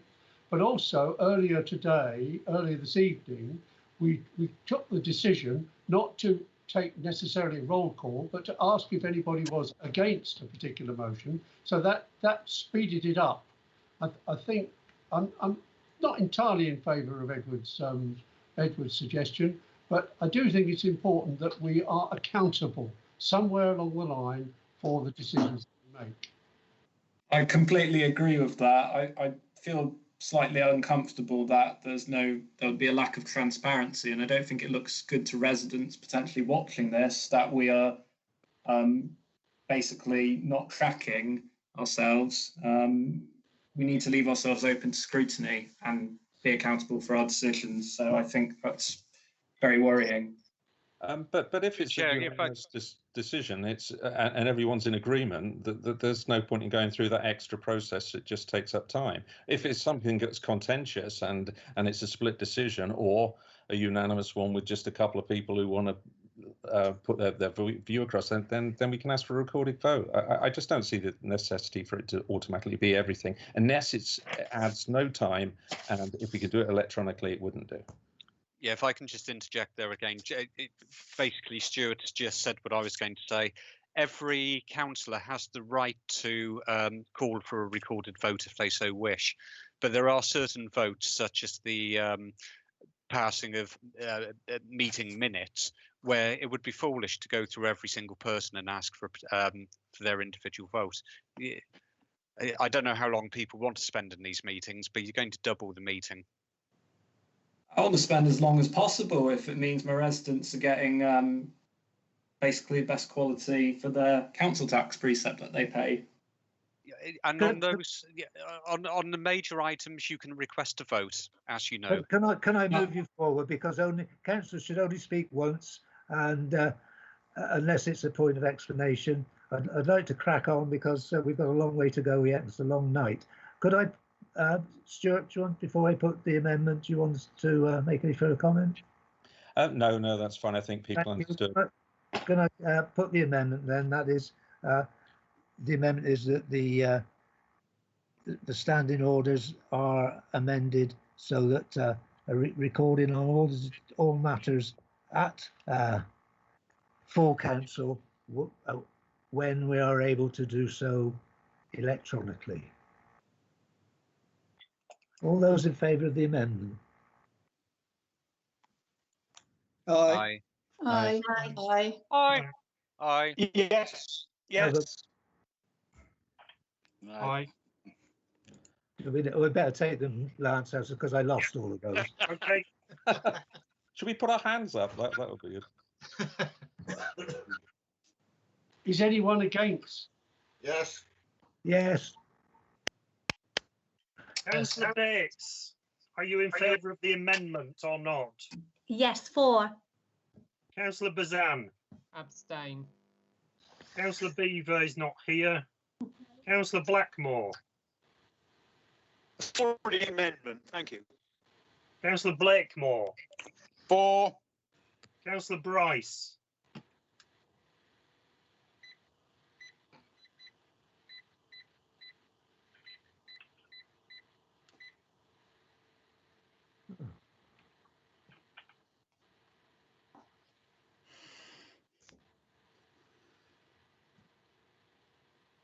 Thank you. 4. Councillor Bridges. 4. Councillor Bryant. 4. Councillor Cavill. 4. Councillor Cooper. Against. Councillor Druitt. 4. Councillor Fuller. Against. Councillor Halleck. Against.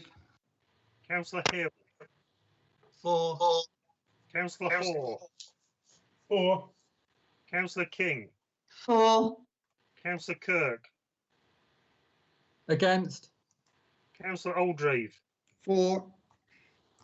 Councillor Pullman. 4. Councillor Piazza. Strongly against. Councillor Whiffin. Against. That's carried. That therefore becomes a substantive motion. Do you wish to, Stuart, do you wish to say anything on that? No. I mean, I agree with Councillor Kirk's reasoning generally. Councillor Kirk, you have a right of reply at the end. No, that's fine, Chair. Thank you. Lance, could you take the poll again, please? Yeah, those in favour or against the substantive motion as amended, which is to introduce recorded votes on all issues at full council. Sorry, stop, please. There's somebody's unmuted. It's totally distorted at the moment. Sorry, Lance. Okay. Forgive me. Could you everybody mute their microphones while he's speaking? I've muted everybody, so hopefully you can hear me now without an echo. So I'm going to ask for your votes on the substantive motion as amended, so that we introduce recorded voting on all issues at full council only when electronic voting is implemented. Councillor Bates.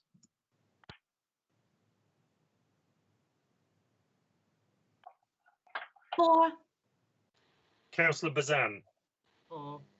Councillor Beaver is not here. Councillor Blackmore.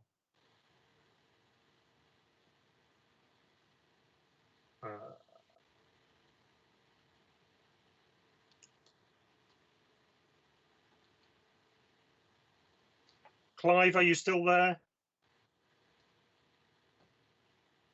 Yeah, Lance.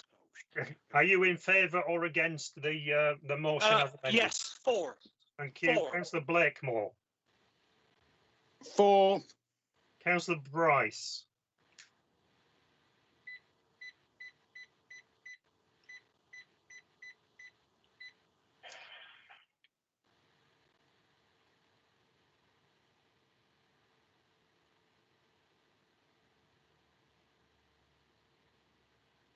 Thank you. Councillor Bridges. Councillor Bryant. For. Councillor Cavill. For. Councillor Cooper. Councillor Druitt. For. Councillor Fuller. Against. Councillor Halleck. Against. Councillor Hill. For. Councillor Hoare.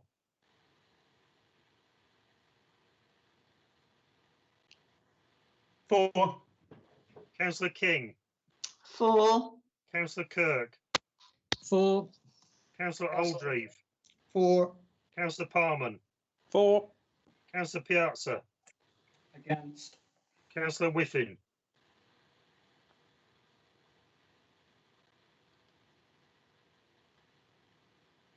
You're muted, Jeff.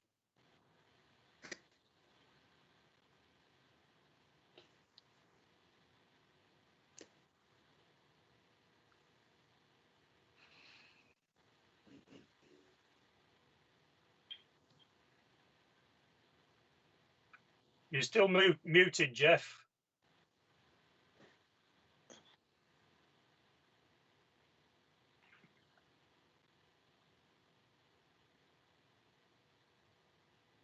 No, it's not going to make any difference anyway, because it's 16-3 at the moment. Sorry, Chair, can I just ask that this is still a recorded vote, as in my main motion? Thank you. Yep. There was no vote from Councillor Whiffin because he's still muted. If you can see him, get him to put his thumb up if he's in favour.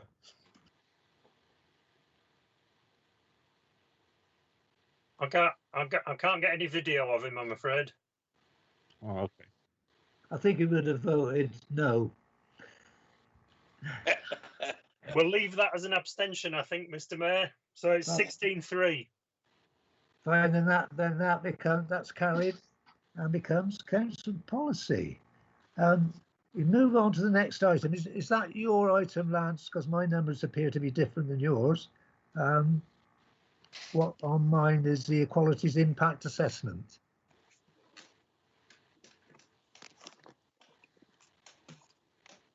It is. That's the next one, yeah. Fine. Could I believe that Mr. Jobby might very well, his 19 might be the same as my 19. Mr. Jobby? Yes, please. That is the one you wish to comment on? Yes, that one, and then 23. I'll try and be as brief as I can. Thank you. Equality impact assessments. Everyone will be aware that you're obliged under law to abide by the equality duties, and the public expects you to demonstrate that compliance. You should be able to demonstrate that you are having due regard to the Equality Act. And the only way you can prove that due diligence is by having some kind of audit trail on paper to prove that you've assessed the equality. Now, you might say that you're not obliged to complete equality impact assessments, but you are obliged to carry out some kind of an assessment to prove your due diligence. That is going to be all in but name an equality impact assessment. So I would just state on the record that when I made an FOI request to Trowbridge Town Council last year to receive a copy of the audit trail demonstrating your assessments on equality prior to demolishing the toilets, the response came back to me that there was nothing on paper, there was no audit trail on paper anywhere to demonstrate your compliance with due regard. I was almost expected just to take your word for it that you did have due regard. I don't think that's acceptable to just be expected to take someone's word for it. That there has to be some paper trail somewhere. I don't think that needs to be an intensive or time-consuming process. If I had something constructive to say on the matter, I suggest that you might like to contact Wiltshire Council's Equality and Inclusion Officer, Alison Bucknell, and she might be able to help you how you can have a paper trail proving that you are complying with that act. Because at the moment, when an FOI request is made to show that paper trail, the response comes back, there is nothing on paper to prove that an assessment was ever carried out relating to people's equality. That's a fact. I'd like to leave it at that on that matter, please. Thank you very much for your comments on that. I just will make the point that Alison Bucknell is a county councillor, not one of the officers at County Hall. Lance, at this stage, do you want to make any comment to that, or to leave it till later? No, I think my comment is encapsulated in my response to the motion, which is on the agenda. It's quite clear to myself and other officers that if we were required to do a full equalities impact assessment on to include everyone and everything that we do as a town council, it would cost us a substantial amount of money to employ somebody to do that. Thank you for that.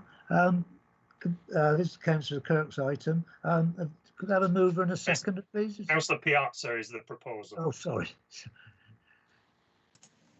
Yeah, I'd like to continue with it, please. Yeah, have we got, you're moving it. Have you got a seconder? Yes, Chair. Thank you. Would you like to present your motion then, Antonio? What do you want me to do? Sorry, I'm not familiar with this. Well, you've moved your motion. Do you want to make a statement to back it up? Not really. I think it speaks for itself. I've spoken to Paul about it a great deal, and I've taken a picture. I've been to see the toilets that are in the marketplace, and there's no way for a disabled person to access those toilets. And the motion's not about any toilets. No. Say that again, sorry. Motion's not about toilets. Speak to the motion.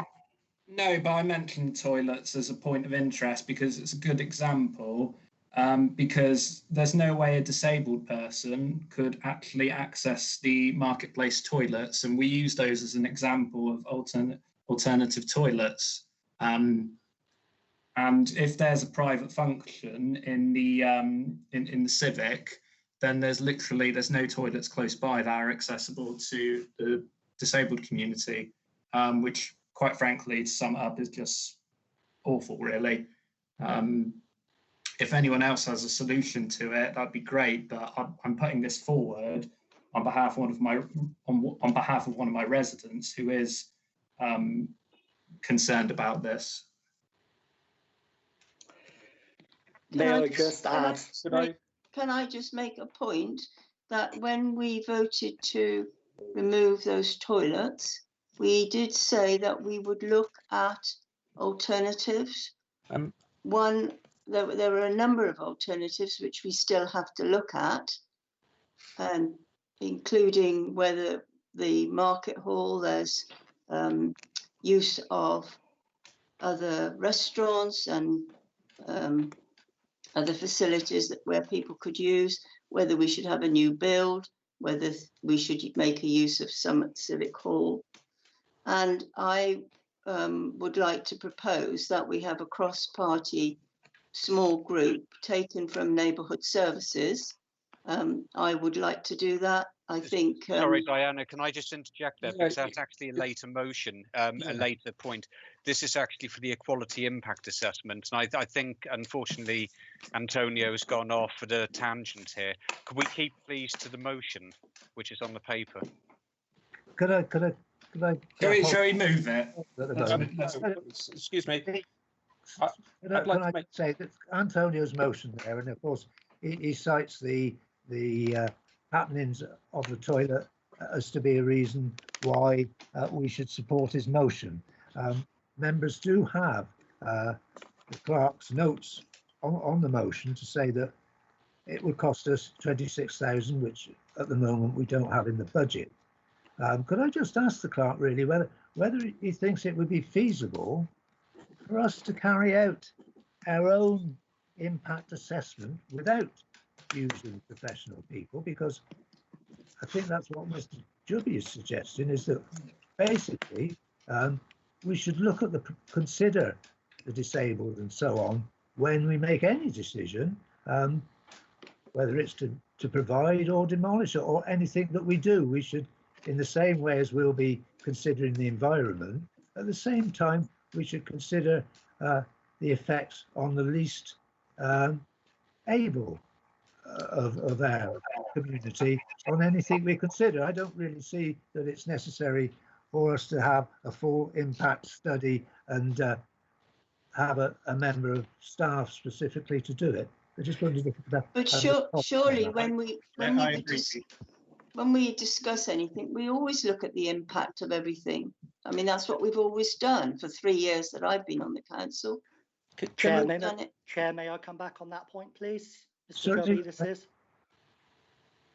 Yeah, the point is, when councillors were asked to vote on the demolition and closure of the public toilets, you were told that a council officer had already gone out and assessed the situation. I asked for a copy of that assessment. No one was able to provide me with one because I was told one did not exist. You are supposed to have a paper audit trail to prove that you've done that assessment. Just talking about it in public is not an evidential audit trail that could be submitted in court. If somebody was to take you to court for breaching the Equality Act, you need to be able to demonstrate your due diligence, and the way that's done is in writing. And the mayor is quite right. It needn't be an intensive, time-consuming process.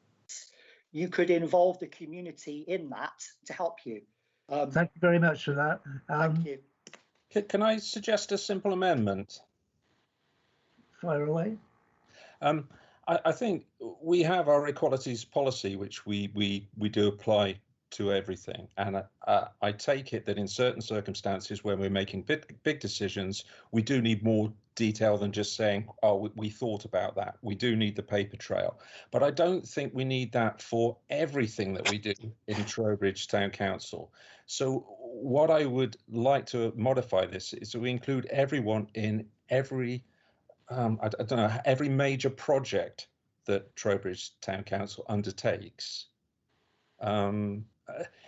Because if it does put a big cost or a cost, there is a cost implication, even if it's small. We should do that on decisions that do affect everybody. But if the Trowbridge Information Centre is ordering some paper clips, they don't have to look into it. So we do have a policy, but can we modify it to just for major projects or major decisions?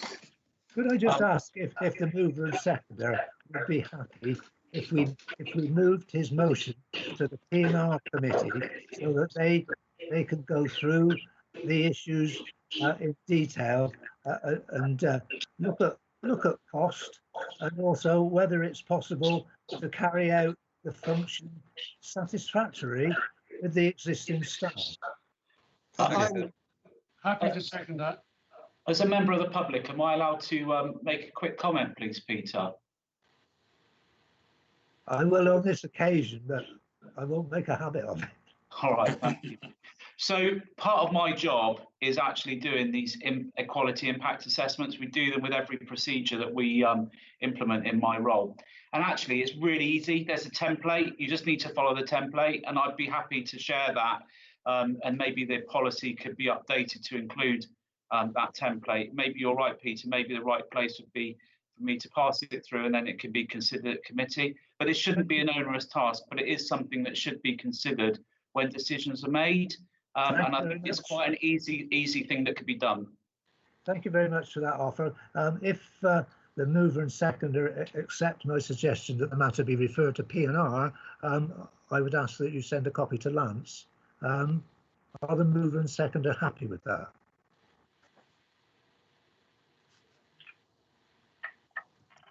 What do you think, Ed? Entirely up to you, Antonio. I'd like to determine it now, but I think we know enough to go with it, but it's up to you. What does Paul think? I'd be interested to see what Paul. You can't ask. Sorry, the decision is the mover and seconders. All right, let's do it now. You want to go on and put the motion? Yes, please. Fine.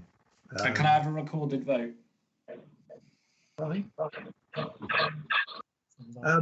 Sorry, did Stuart, did you actually formulate an amendment to the wording? Right, I'm trying to think, 'cause it's the way it's everyone and everything. Really, it's a question of yes or no, isn't it, when you get down to it?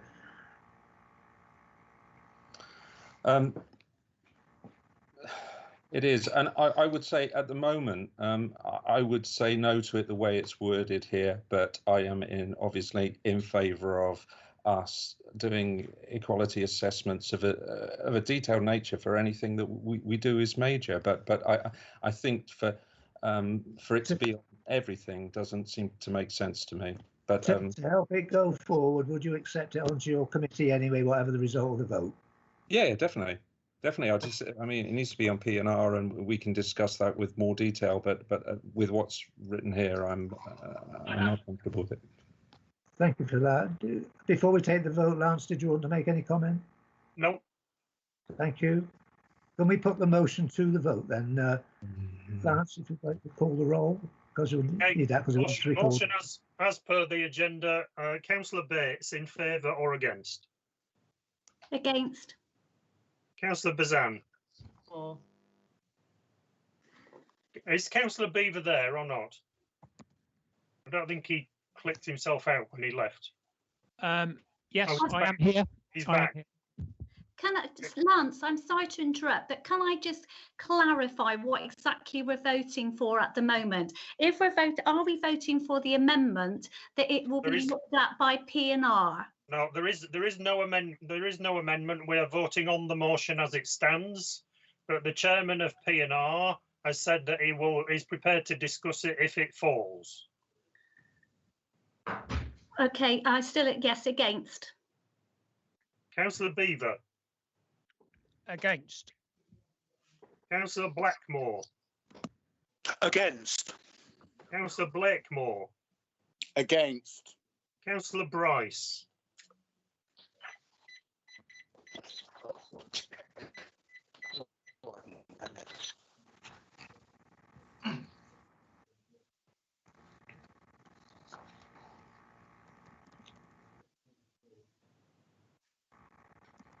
Thank you. Against. Councillor Bridges. Against. Councillor Bryant. Against. Councillor Cavill. Sorry, for. Councillor Cooper. For. Councillor Druitt. Against. Councillor Fuller. Against. Councillor Halleck. For. Councillor Hill. For. Councillor Hoare. I really want something like this, but it's worded so terribly, I'm going to have to vote against. Councillor King. Against. Councillor Kirk. For. Councillor Oldreeve. Against. Councillor Parman. Against. Councillor Piazza. For. Councillor Whiffin. Against via text message. Thank you very much. If you can forward the text message to me, it'd be most useful. I shall.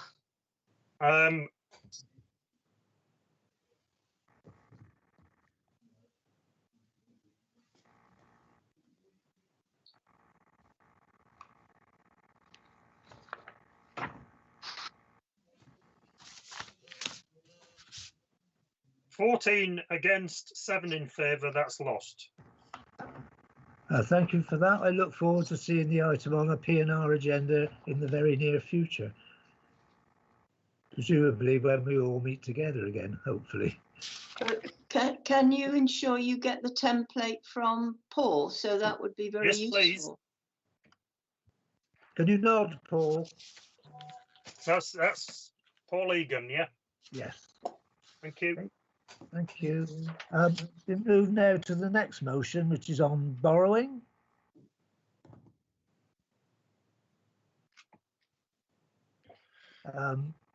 It's moved by Councillor Kirk. Thank you, Chair. Yeah, don't really need to go into too much. I need a seconder first. Seconded by Councillor Cooper. Yeah, seconded. Fine, thank you. Go ahead. This is just regarding the term of office and councillors and how they can sign us up to so much debt and then leave the council and we're all lumbered with it.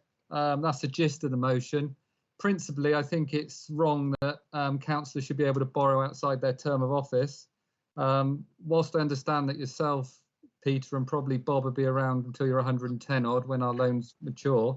I do think that actually we should be responsible for our borrowing and our actions within our term and not commit the future generations of Trowbridge to paying off our debt. That's it in a nutshell, and I'd just like to move the motion as it is. Thank you. Thank you. Does anybody else wish to speak to the motion? Yeah, can I just sort of say, I mean, obviously nobody knows, like the mayor and the deputy mayor last year, or not last year, but when we had the last 3 years ago, the local election. I mean, they didn't expect to go out, so they're voting on what they thought. So if they've gone out, then obviously it's the members of the public who decide. So at the end of the day, if you vote in something which you shouldn't be, and members of the public not agreeing with it, they can vote you out, and that's it. So voila. Exactly. Can I say something? I just think that it would negate us being able to do anything major for the town. As soon as you're putting a 4-year time span on it, I mean, you look at it, any kind of project of any worth, then limiting it to you've got to think of it, come out with it, get it proposed, get it through, get it all paid for within 4 years. Then maybe we could build a shelter in the park. That would be about it. I can't think of any substantive project that we could do. So I just think it's nonsense, and I would vote against it. Yeah, Chair, if I could just come in there just to support what Stuart said. I mean, basically to say that we're investing in the town, we're investing in future generations, not just the current generation for a 4-year period. And I think it would be a foolish example to set. I mean, if you look at Parliament, yes, they're in there for 5 years, but they're investing for the next 50 or 100 years. And I don't see why we should be kept to simply 4 years. Thank you. Members will note the comments by Lance. Do you want to add to that at all, Lance? No. Thank you. Unless nobody else wishes to speak, can I put it to the vote? Lance, yeah. Sorry. Go through names. So are you in favour of the motion as it stands on the agenda or not? Councillor Bates. Against. Thank you. Councillor Bazan.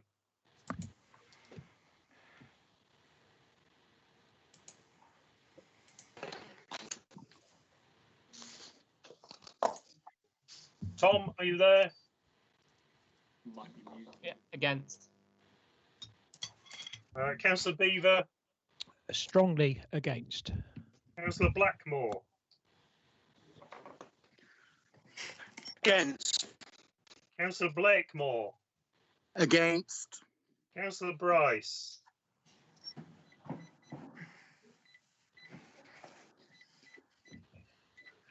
Oh, that's strange.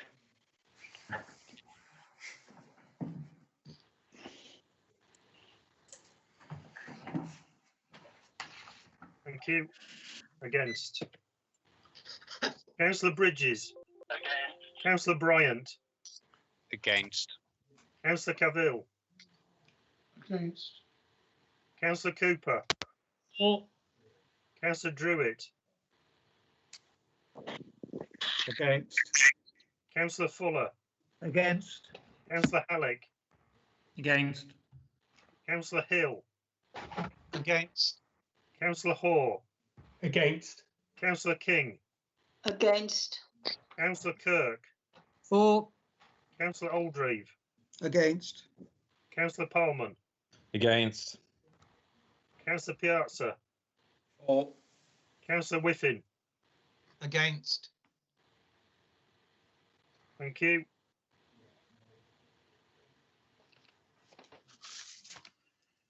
Eighteen to 3, lost.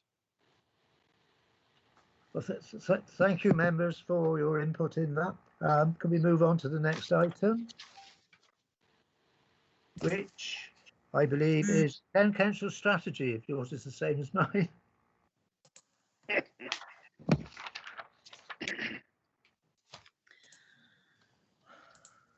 This is to consider preparations for issues which should be included in the new council strategy.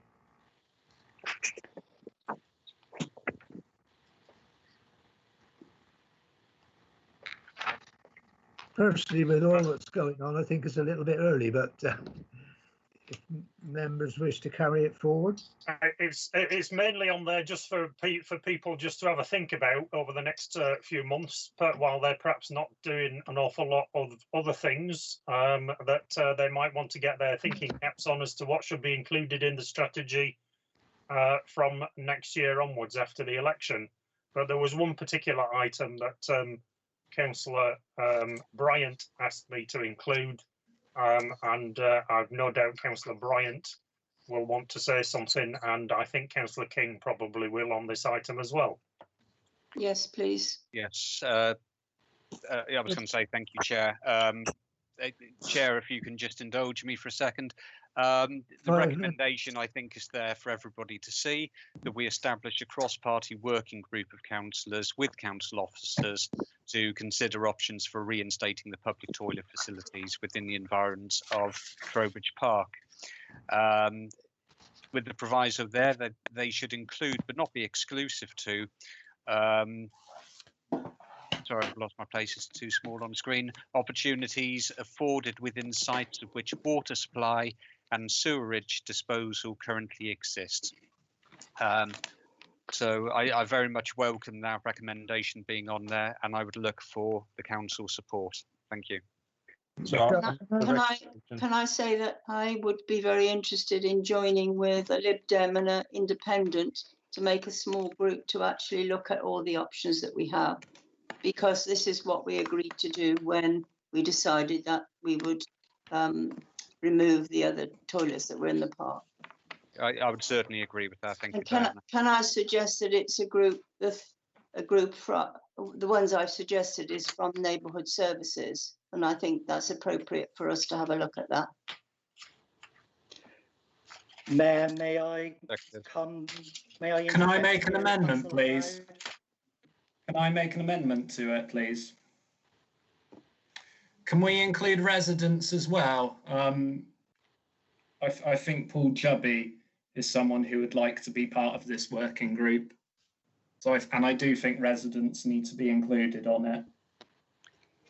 Chair, could we ask for clarification from the town clerk as to whether that comes under a working group? I know subcommittees under the standing orders it does.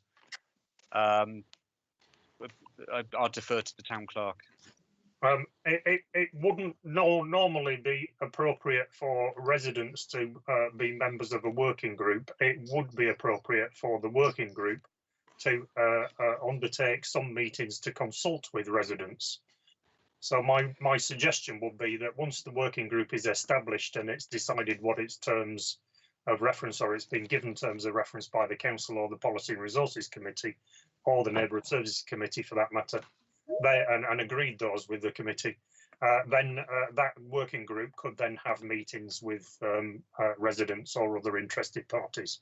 Thank you. Well, I would I agree let's with move that. our recommendation then, please, Chair. Look for a seconder.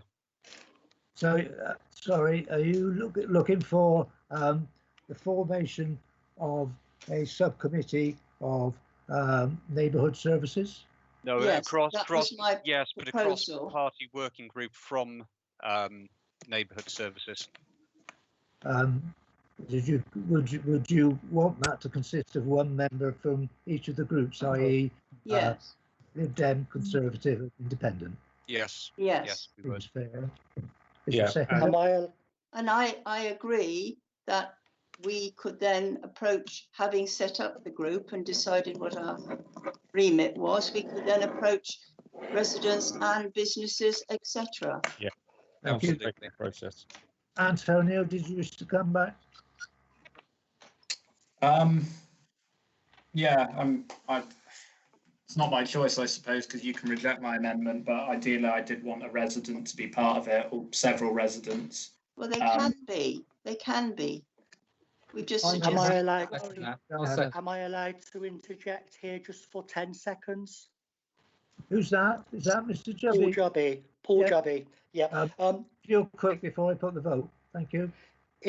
If the council are serious, the most vulnerable in our society deserve to be included in everything you do as a town, then you need to include representatives of all those groups on that working group, or approach them during your work. So somebody who represents the elderly, someone who represents the disabled, someone who represents pregnant mothers, someone who represents mother and baby groups, someone who represents religious groups, basically all the groups that are protected under the Equality Act, which you're meant to have due regard for. You need to include representatives in all of those groups. And if you did do that as part of your work, that would be amazing. Yeah. And I look forward to that. Thank you. Chair, if I, as the mover of the recommendation, could just assure Mr. Jubby that I agree with you 100%. We need to be consulting all of those groups, and that would take place as part of the cross-party working group efforts. Thank you. If there's nobody else wish to make any comments, I'll put it to the vote.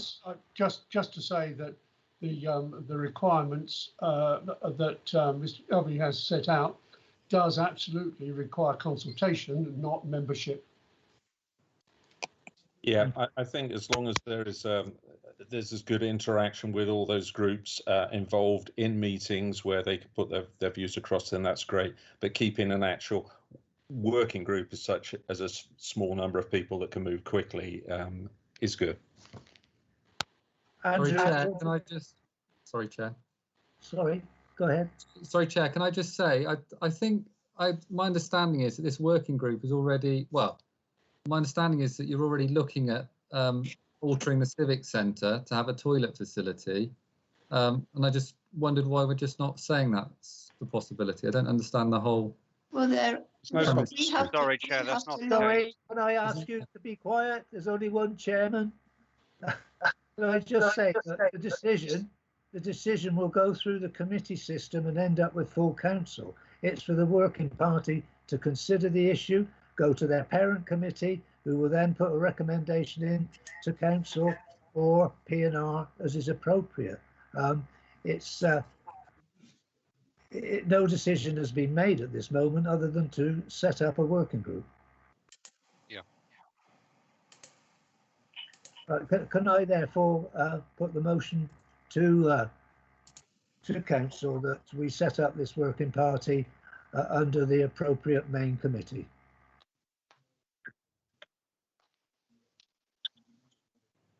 You all happy? I move the recommendation. Seconded. Yes. Good.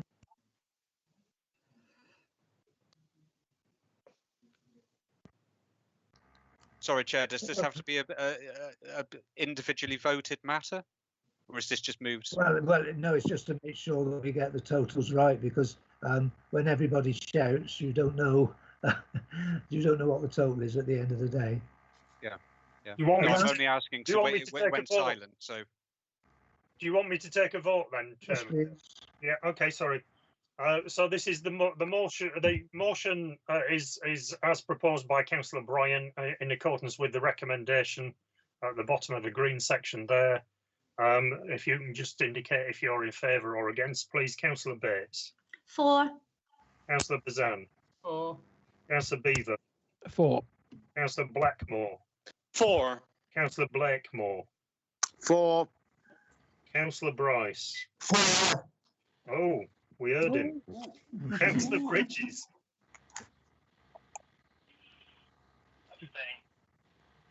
Oh. Councillor Bryant. For. Councillor Cavill. For. Councillor Cooper. For.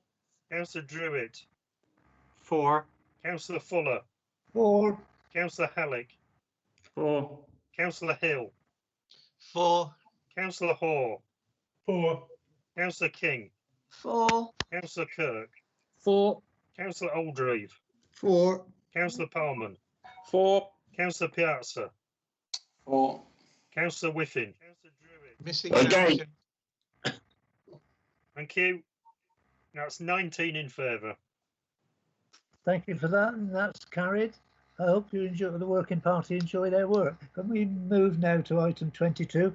Well, my item 22. Mr. Jubby, did you want to speak on park storage? Please.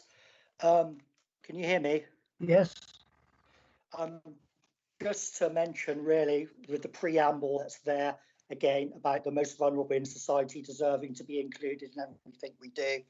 It just begs the question, if members are now agreeing that the toilets need to bring back, how did the decision ever come to remove them in the first place? I've always maintained in my communications that public engagement, such as what you've just voted to undertake now, that public engagement should have been undertaken before the public toilets were demolished. We're on the next item, which is the park storage unit. My apologies, I've got confused and mixed the two up. Apologies there. Right, except to say, I would say it would be a reasonable adjustment to allow the public to use the toilets in that building and would save you from having to rebuild somewhere else. They're already in the park. It's already a community use building, according to what's been said. If it's a community use building, let the community have access to the toilets in there. I think that's a very reasonable adjustment, which will cost you no money. Thank you, Chair. Thanks for those comments. I'm sure the working party will consider it. Can we move then to the motion regarding park storage unit?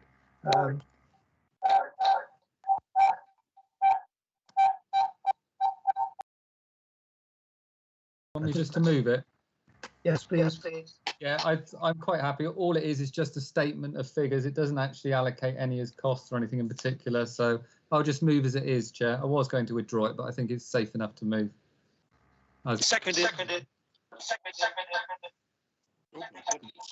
Does anybody wish to speak on the motion, which just seems to be a matter of fact? Lance? Can I speak on it just a little bit? I mean, I agree that all the figures seem correct, but I don't understand because we're talking about the cost of the storage units, and this is a list of where the money's coming from. So it's semantics. I mean, I agree with the figures. Fine. Do you want me to respond, or can we just move it as it is? Just move it as it is. Yeah. Can you just tell us what we're voting on? If it's a list of facts. We are. Sorry, shall I basically explain, Chair, with your permission? Basically, in the Wiltshire Times, we did state that the park storage unit would cost less than £400,000. I said it would cost over £500,000. Then the town clerk corrected me and said it would cost less than £400,000. I added the interest to the loan. I don't think I need to say more than that. All I'm doing is just putting in the public domain, like I've been trying to do, the actual figures. Whether you accept interest or don't accept interest is entirely up to you, but I'm just putting the figures out there. I think the town clerk agrees the figures are correct, although he may not say some of them are relevant. I'd just like a vote on it. I just think it's just a quick, easy one. Thank you. Input in the I vote. agree with that, in that the town clerk's response says the above figures are generally correct. Let us hope that that's the end of it. Thank you. Members will note, of course, the clerk's comments, which means that slight adjustments will come through on the 106, and whatever we do with the infrastructure levy, would note that. Shall we put that to the vote, the motion, for the avoidance of doubt? All those in favour? Are there any against? It's probably the easiest way to ask. Any against? Yes. Showing the scores for the whole 4 rounds. And is that just one? All those in favour? Yes. Yes. Aye. Yeah. Was that Jeff against? Yeah. Sorry, I hate to say this, Chair, but it is a recorded vote. We don't care. Oh, thank you, Edward. Councillor Bates. Lance. 4. Councillor Bazan. 4. Councillor Beaver.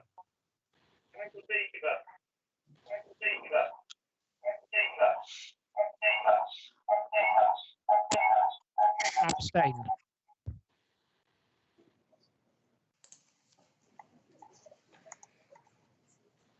Who's got their microphone on? Councillor Blackmore, yes. 4. Sorry. Councillor Blakemore. 4. Councillor Bryce. 4. Councillor Bridges. 4. Councillor Bryant. As the figures are not exactly as they are stated there, I would have to abstain. Councillor Cavill.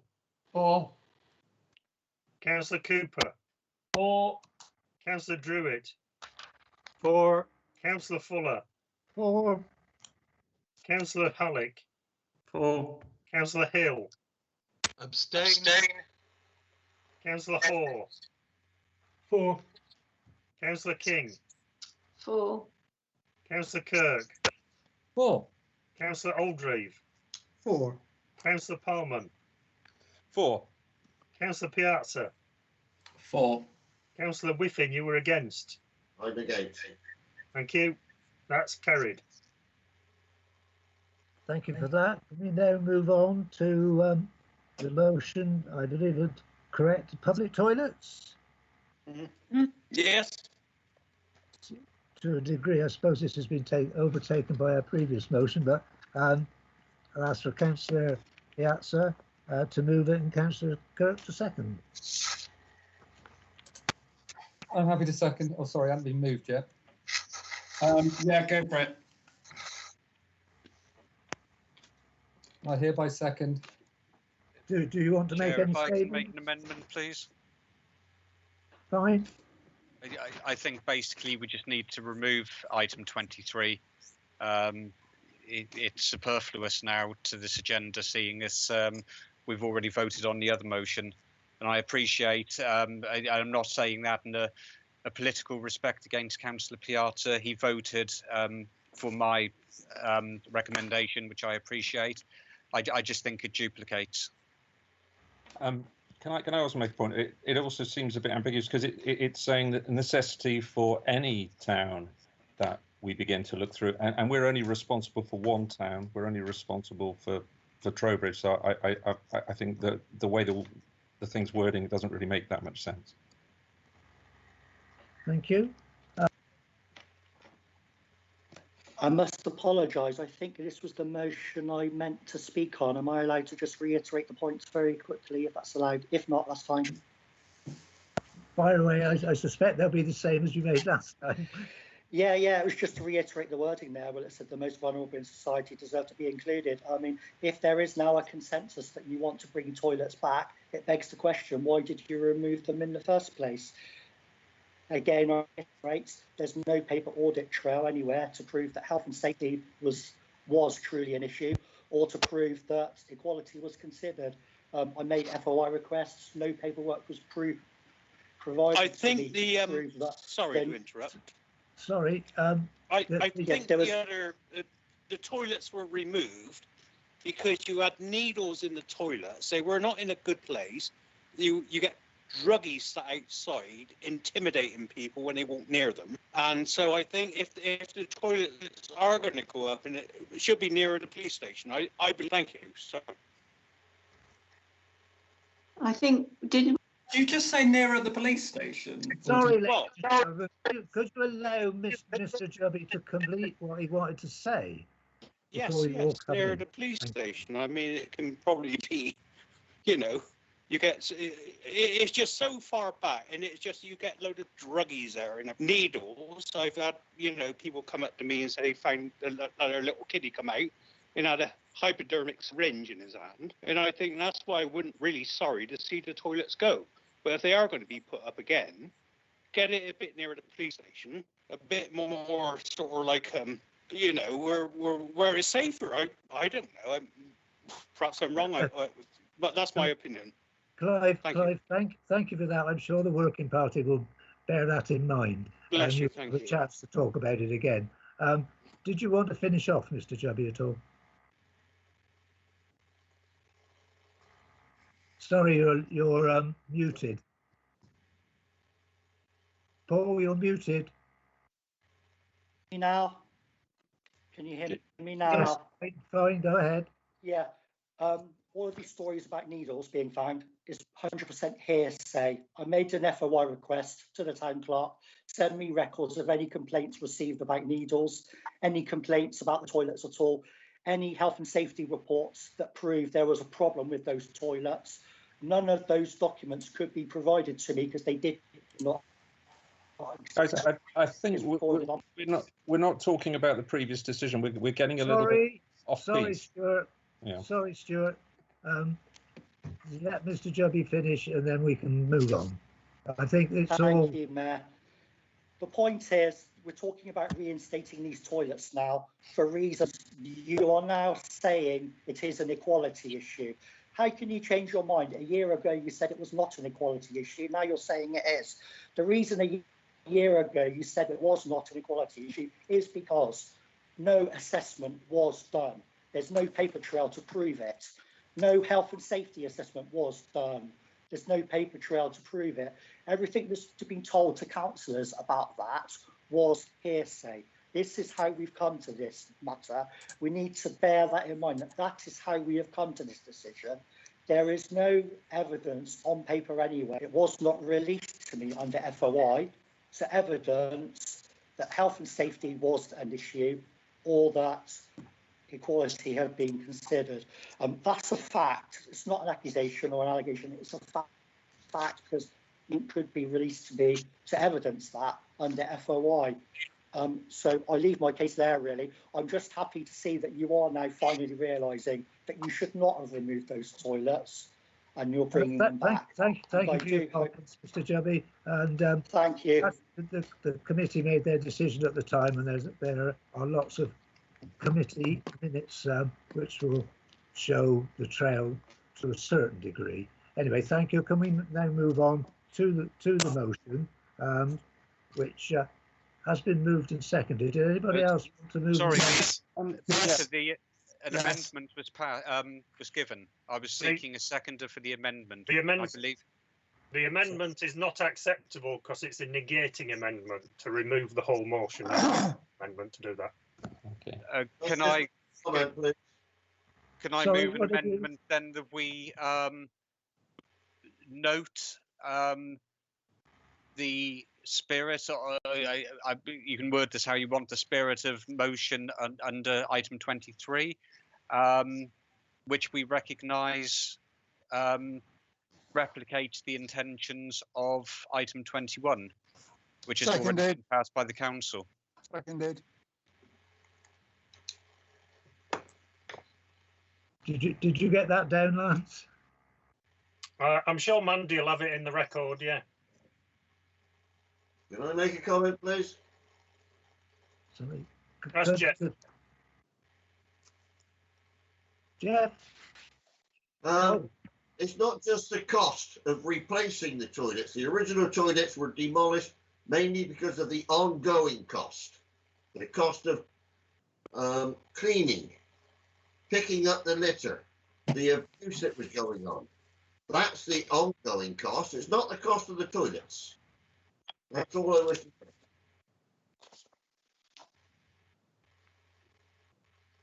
Sorry, could you, for my benefit, Andrew, repeat your amendment? I'm hoping somebody's recorded it so they can actually repeat it on my behalf. If not, then I would try and repeat it. Has anybody recorded it? It's recorded, but not. It's retrievable at the moment, I'm afraid. No. I've got it recorded, but for my purposes tomorrow. Sorry, no. Yeah, when I was saying recording, I meant written down. But okay, whilst we accept the spirit of the motion under item 23 on the agenda, as it duplicates already that under 21, we consider it to be already determined. I'm just making sure that I don't fall into the same hole that apparently I've already fallen into under the previous one. Could I suggest, Andrew, that you add to the bottom of the motion and the issue be referred to the working party for their consideration? Or is that too simple? Well, that's a similar motion has already been considered under item 21. We acknowledge the spirit of the motion under 23 and include it within the workings of the working party.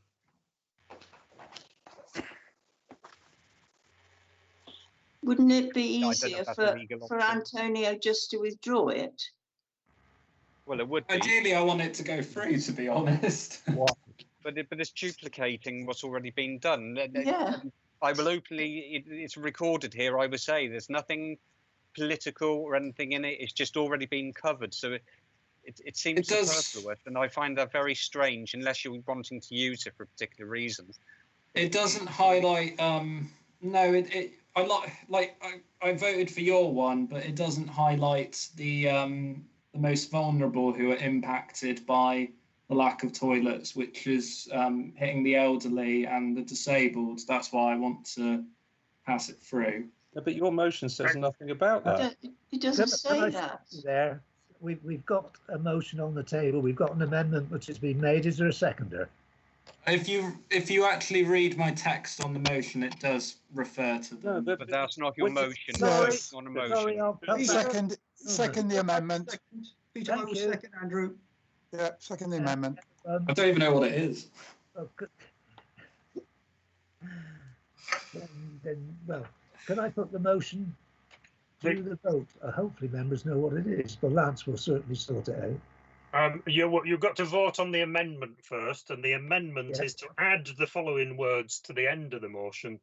Whilst we accept the spirit of this motion, it duplicates motion item 21 on the agenda and is therefore already determined, and that the matter therefore be referred to the working party for their consideration. I'm happy with that as the mover of the amendment. Seconder, happy? Happy, Peter? Yes. So I'll take a vote on the amendment first. Councillor Bates. For. Councillor Bazan. For. Councillor Beaver.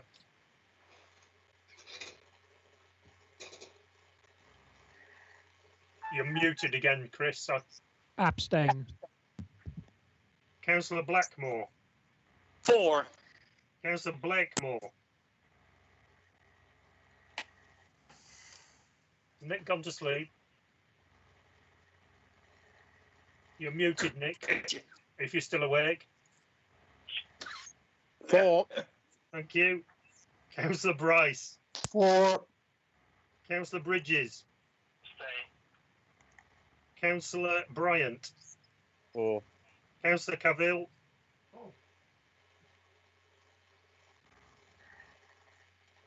David, what was that? Councillor Cavill. He's got it. Yeah. Councillor Cavill.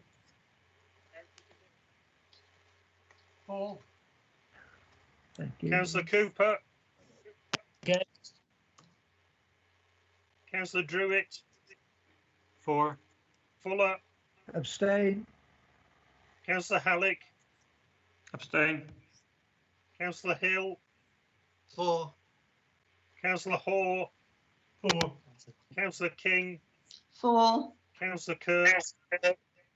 Against. Councillor Oldreeve. 4. Councillor Parman. 4. Councillor Piazza. Against. Councillor Whiffin. Against.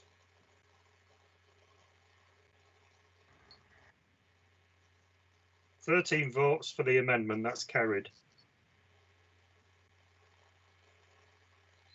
So That you now have therefore- a substantive motion as amended. That comes as a substantive motion.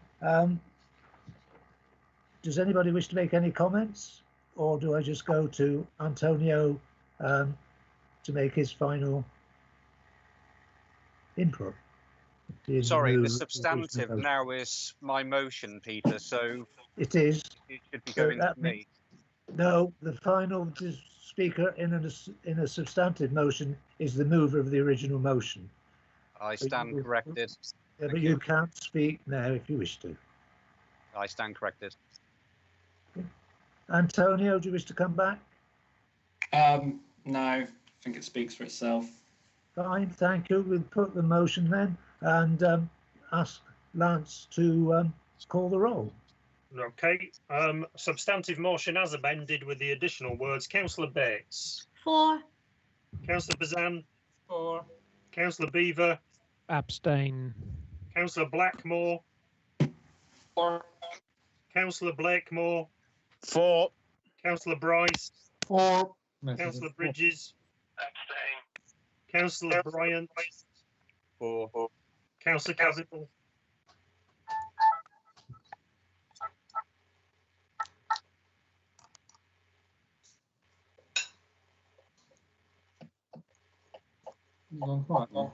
David.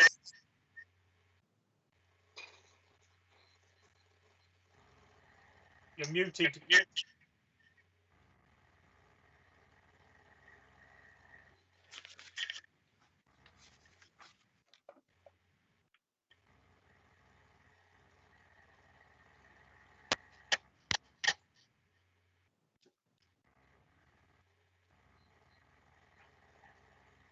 Councillor Cooper. Councillor Cooper.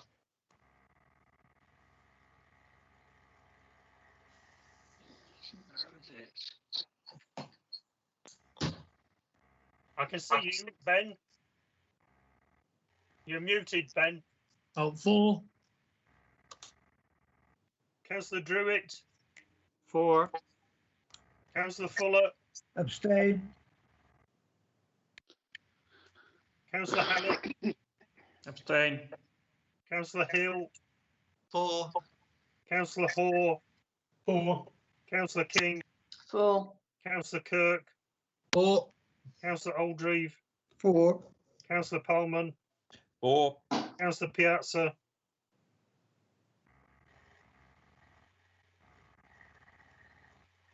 Antonio, you're Piazza. muted. Sorry, I said 4. Councillor Whiffin. Against. Thank you. That's carried. I think that was carried. 15. Yeah. Thank you. That was, of course, on that the mover of the motion requested that it was a recorded vote.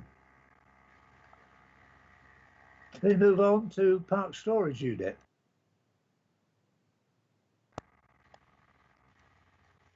Thank you, Mr. Mayor. Edward, would you like to move your motion? Yeah, I was just going to say, let's just move it as it is, because I'll probably lose anyway. So I hereby move the motion. I'll seek a seconder. Oh. Seconded. Yeah. Thank you. Unless anybody wishes to speak on the motion, I'll put it to the. Well, I'll ask Lance to put it to the vote. Okay, this is Park Storage Unit motion, item 24 on the agenda. Councillor Bates. Against. Councillor Bazan. Abstain. Councillor Beaver. Against. Councillor Blackmore. Against. Councillor Blakemore. Against. Councillor Bryce. Against. Councillor Bridges. Against. Councillor Bryant. Against. Councillor Cavill.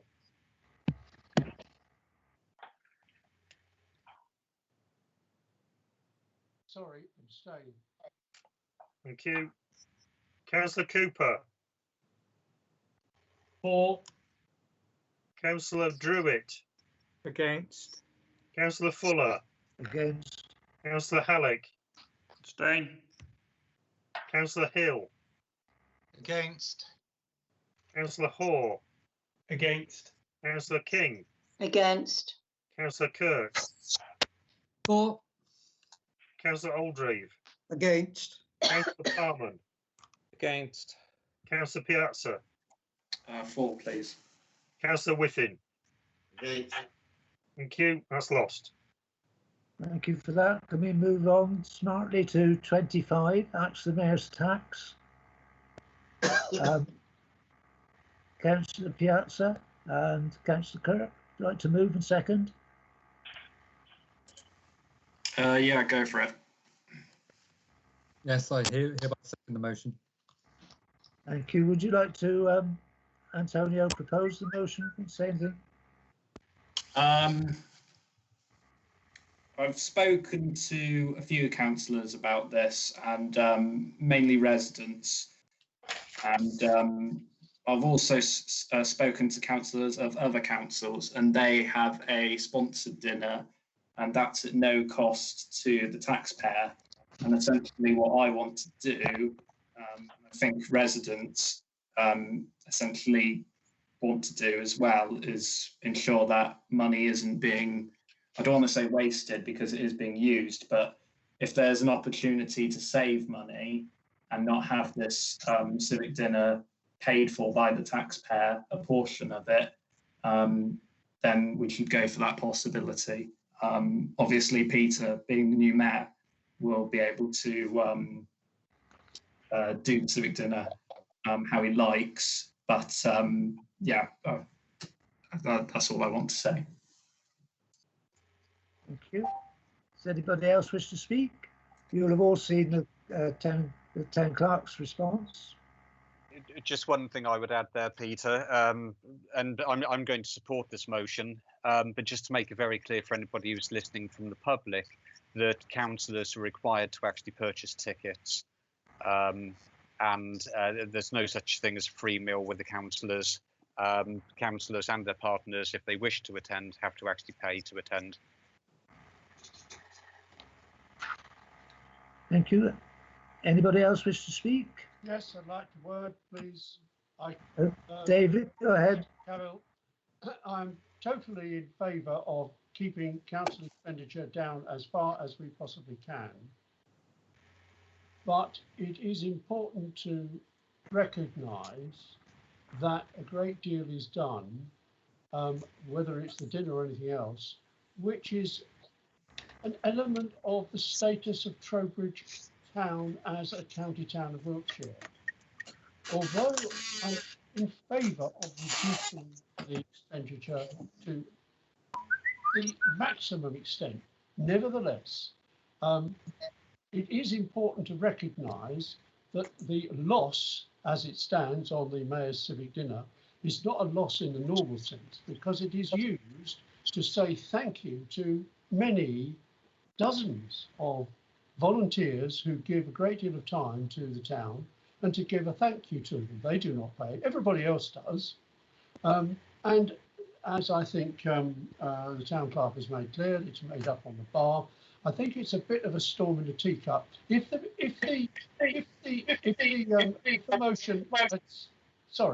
motion had said it is important that the mayor keeps costs down as much as possible, I would vote for it, but not as it stands. Can I just say, Do you want to amend it, David? I'll second you if you want to amend it. If it's feasible, yes, I would. I think that this council instructs the councillor who is elected to serve as mayor to keep the cost of the mayoralty as low as feasibly possible. How about that?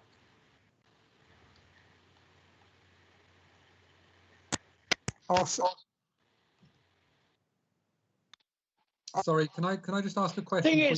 Seconded. Sorry, I was just going to ask Lance. Can Lance just confirm this part of the tickets? Because sorry, through you, Chair. My understanding was that at some point councillors had subsidised tickets or in the past. Is that not the case? Have I got this wrong? Am I? No, you are quite right. Members were previously given a ticket with their partner for free, and it was the whole question of the mayor's expenses formed part of, and still is at the moment, unless you change it tonight, part of the council's policy on mayor's expenses, and that is reviewed at the start of each new council, and that's in existence and was approved by council, and basically is all those costs which fall under the mayor's department, and really that's fixed for 4 years, the amounts of money, unless they're changed. So at the moment there's no increase for inflation from the moment that policy came in, which stands for 4 years. But I'm sure you've all looked at that policy, but I should abstain anyway. Peter, can I speak? Yeah. Can I associate myself with Councillor David Campbell's comments? I think they're absolutely right. It's obviously our retiring mayor. He's done the job. And I certainly, if that amendment is coming forward, will support it. And can I also say that I take umbrage to the way that this motion has been titled. It gives the impression that our mayors are somehow on the take. Every mayor that I've known, without exception in this town, has worked incredibly hard in their term of office, and by the end of their term are usually, I hope you're not, Peter, but usually run ragged. And I think that it gives the impression that somehow the mayors are somehow on the take. They are not. They put a lot of work in. They do it voluntarily, and it probably costs them. Yeah. If I could just add to that, Peter, I would echo everything Steve's just said. I was in a lucky position. I was mayor from 2002 to 2003, so we're heading on 2 decades ago. It cost me a significant amount of money to go around the county. I didn't begrudge that at all, but I will add that I was in a lucky position that I was able to fund that myself. I would hate to see somebody who did not have the same income, who was prevented from actually taking up that position within the town. It's a wonderful position. It's a great opportunity for anybody of any party to get to know their town. And I would hate to see somebody prevented simply because they didn't have the income source. That's all I'll say. Mr. Mayor, can I speak? Can I speak? Can I speak? Bob was in first, sorry. Thank you. Yes, I like you, I have been a councillor this year for 30 years. It has cost me probably £1,000 a year to be a councillor on Trowbridge Town Council. I have never, except when I was mayor, claimed anything for that. The dinner was the only reward I had for all that I did. Thank you for that, Diana. Only to say that if there is a group that looks at mayor's expenses and discusses them, why would we need to have this motion as well? Because it would seem as though there already is a body that looks at the expenses and makes sure that they aren't disproportionate. And it would seem, having spoken to David, that there is a lot of good done to the charities by a lot of this. Thank you for Yeah, that. I'd like just to say one thing. I think, you know, we set up committees for a reason, and this is a policy and resources issue. I don't understand why it couldn't just go through committee and make some decisions and recommendations from there. I do become upset when it's put in such emotive terms as axe the mayor's tax. I will vote for it because I do agree with the content of the motion, but I don't like the sentiment. Thank you. So, if no one else wishes to speak, I will put the amendment to the vote. All those. So what is the amendment? Lance? The amendment was to replace the second half of the motion with the words "to keep the cost as low as feasibly possible," so that the amended motion would read that this council instructs the councillor who is elected to serve as mayor to keep the cost as low as feasibly possible. Which is something they appear to do already. Thank you. Can I make a comment? Fire away. I just want to know, I get that councillors feel quite emotional about this. I completely understand that. But as someone who is the newest elected official on the council, I feel as though You're not an official. You're not an official, you're a councillor. Oh, don't split hairs. Oh, he splits hairs all the time. Antonio, would you like to finish? Yes, please. Thanks, Peter. It's important, I think, to think about the residents first. And if you check your chat window, one of the residents has expressed a view, and I think we have to go out and actually talk to the residents and ask them what they think about this. To be honest, it's all well and nice having this person who does do all these great things for charity, which is great, but I think that's something that should be shared amongst the councillors, not a single person. I don't know how. I don't know why it's costing you £1,000 a year to be a councillor. I don't know what you're spending that money on, but I just think it should be shared between the councillors. If it was up to me, I'd get rid of the whole position, to be honest. Can I say something, Peter? Yeah. As the second latest councillor that's been elected in this council, I'm pretty indifferent with the whole mayoral position.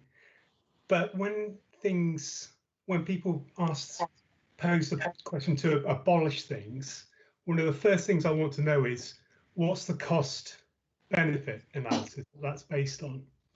So with something like the mayoral role, the impression I get that it has some kind of soft power for Trowbridge, and I may be wrong in that, but I wonder how you quantify that. And so, although I am pretty indifferent, I also admit that I don't understand enough to know whether it's right to abolish this, abolish this part of it. Well, we're not talking about abolishing it. We're talking about the motion on the table. No, the tax. I mean, the axe the mayor's tax. I mean, what are the benefits of it versus the cost? Well, when you get down to it, there's all the items which are listed in the report on 25, the comments that are made in there. It is, if you like, a celebration event. Whilst it's called the Mayor's Civic Dinner, it's the town's civic dinner, really, not the mayor. It's just, in a way, organised by the staff with the advice of the mayor as to what he wants.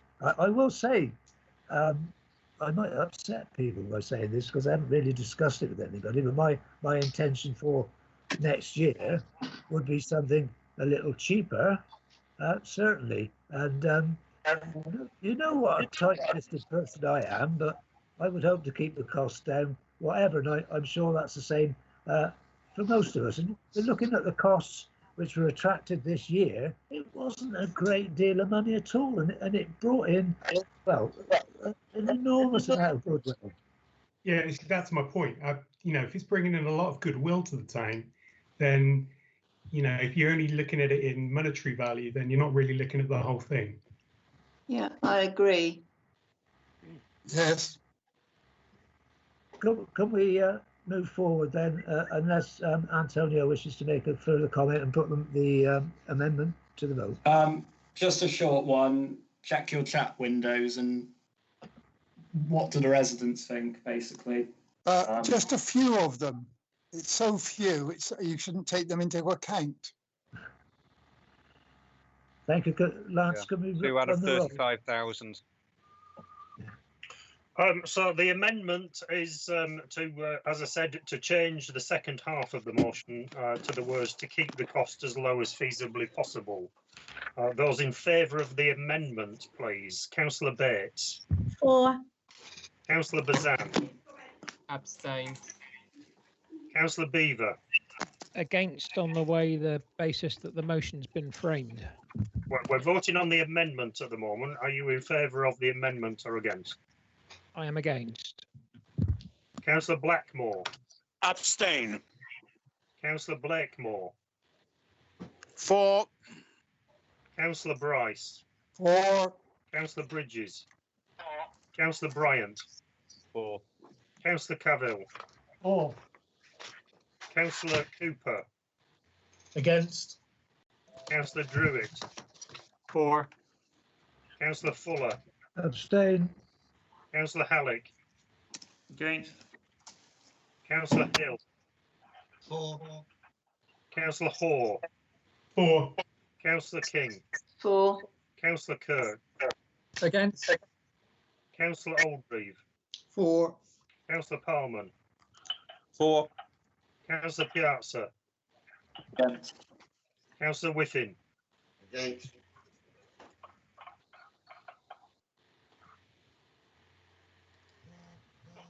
The amendment is carried.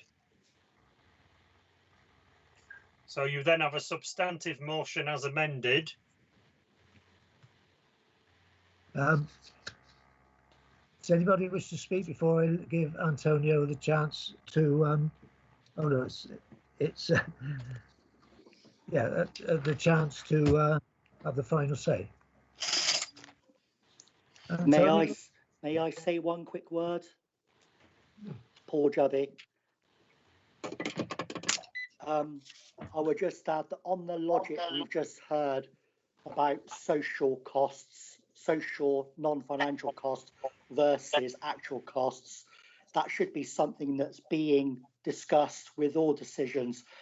And it just seems double standards that when you're talking about a mayor tax, you say the social benefits outweigh the financial costs. But then when you talk, for example, about closing and knocking down a disabled toilet, you turn it around and say the cost outweighs the social benefits. There just seems to be double standards at play with some of the decisions. And I think you need to apply that logic equally without chopping and changing when you do apply that standard or not. Thank you. Thank you for those comments. Antonio, did you wish to make any comment before I put the final motion in? Sorry, you're muted. I just wanted to say that I echo what Paul said. Yeah, it's incredibly sad, but no. Thank you for that. Can we put the motion to the vote? That's as amended. Right. Lance, would you like to run through? Councillor Bates. For. Councillor Bazan. Abstain. Councillor Beaver. Abstain. Councillor Blackmore. Abstain. Councillor Blakemore. For.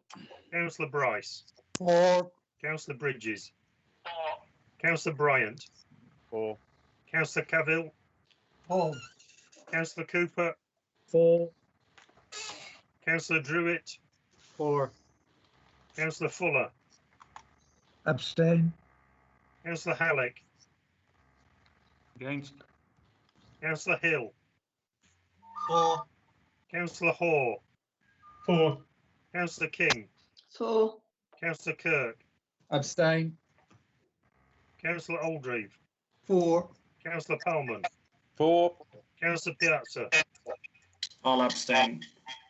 Councillor Whiffin. Abstain. That's carried. Thank you for that. Can I just put it to you all that it is now just gone 10 o'clock. We do have several green items, well, 2 or 3 to go, plus 1 pink. Are members happy to proceed on through the agenda from item number 26 onwards? Happy to proceed, Peter? Yeah, go for it. Yeah. Right, we're on to park air quality.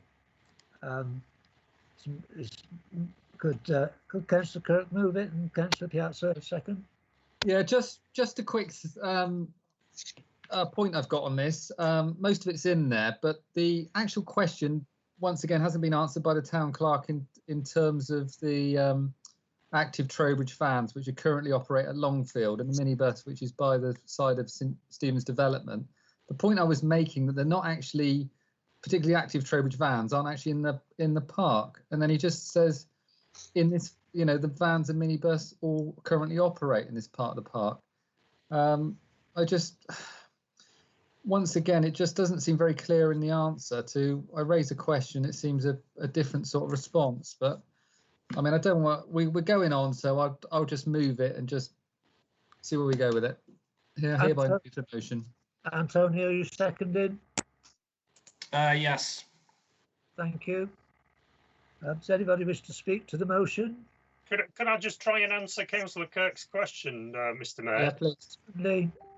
I think the point that perhaps Councillor Kirk has missed is that the civic centre and the road outside the civic centre are also part of the park, part of the original land that was transferred to the Urban District Council to be part of the park, and those vehicles are there as well as being parked overnight at Longfield.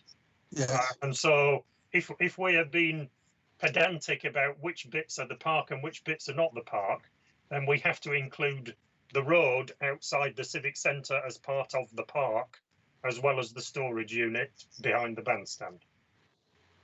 Sorry, my question was about, sorry, through you, Chair, was asking about Longfield. I thought the active Trowbridge vans were at Longfield.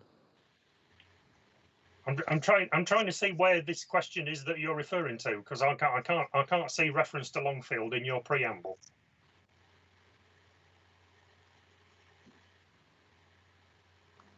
No, it's not in there. You're correct, but it is where they're stored at the moment. That's why I don't get the. No, yeah, you're right. Yes, they are stored there, but they actually probably spend more time pumping out diesel fumes and petrol fumes outside the civic centre in the park than they do at Longfield. Yeah, and parks on the double yellow lines out there. I'm afraid so, yeah. We move to the vote. Yeah, just move to vote. That's fine. Good point. Well, okay, thank you. Is that seconded? Yes. Seconded. Right, Lance, Yeah. would you like to run the roll? Councillor Bates. Against. Councillor Bazan. For. Councillor Beaver. Against. Councillor Blackmore. Against. Against. Councillor Blakemore. Against. Councillor Bryce. Against. Councillor Bridges. Councillor Bryant. Against. Councillor Cavill. Abstain. Councillor Cooper. For. Councillor Druitt. Against. Councillor Fuller. Against. Councillor Halleck. For. Councillor Hill. Against. Councillor Hoare. Against. Councillor King. Against. Councillor Kirk. For. Councillor Oldreeve. Against. Councillor Palman. Against. Councillor Piazza. Councillor Whiffin. Against. Thank you. That's lost. Thank you. Can we move quickly on to bank mandate? You don't need to deal with that one because we can't deal with that one until we back able to sign documents and things. Oh, we're saving a lot of money then. It takes 6 months to do in normal circumstances.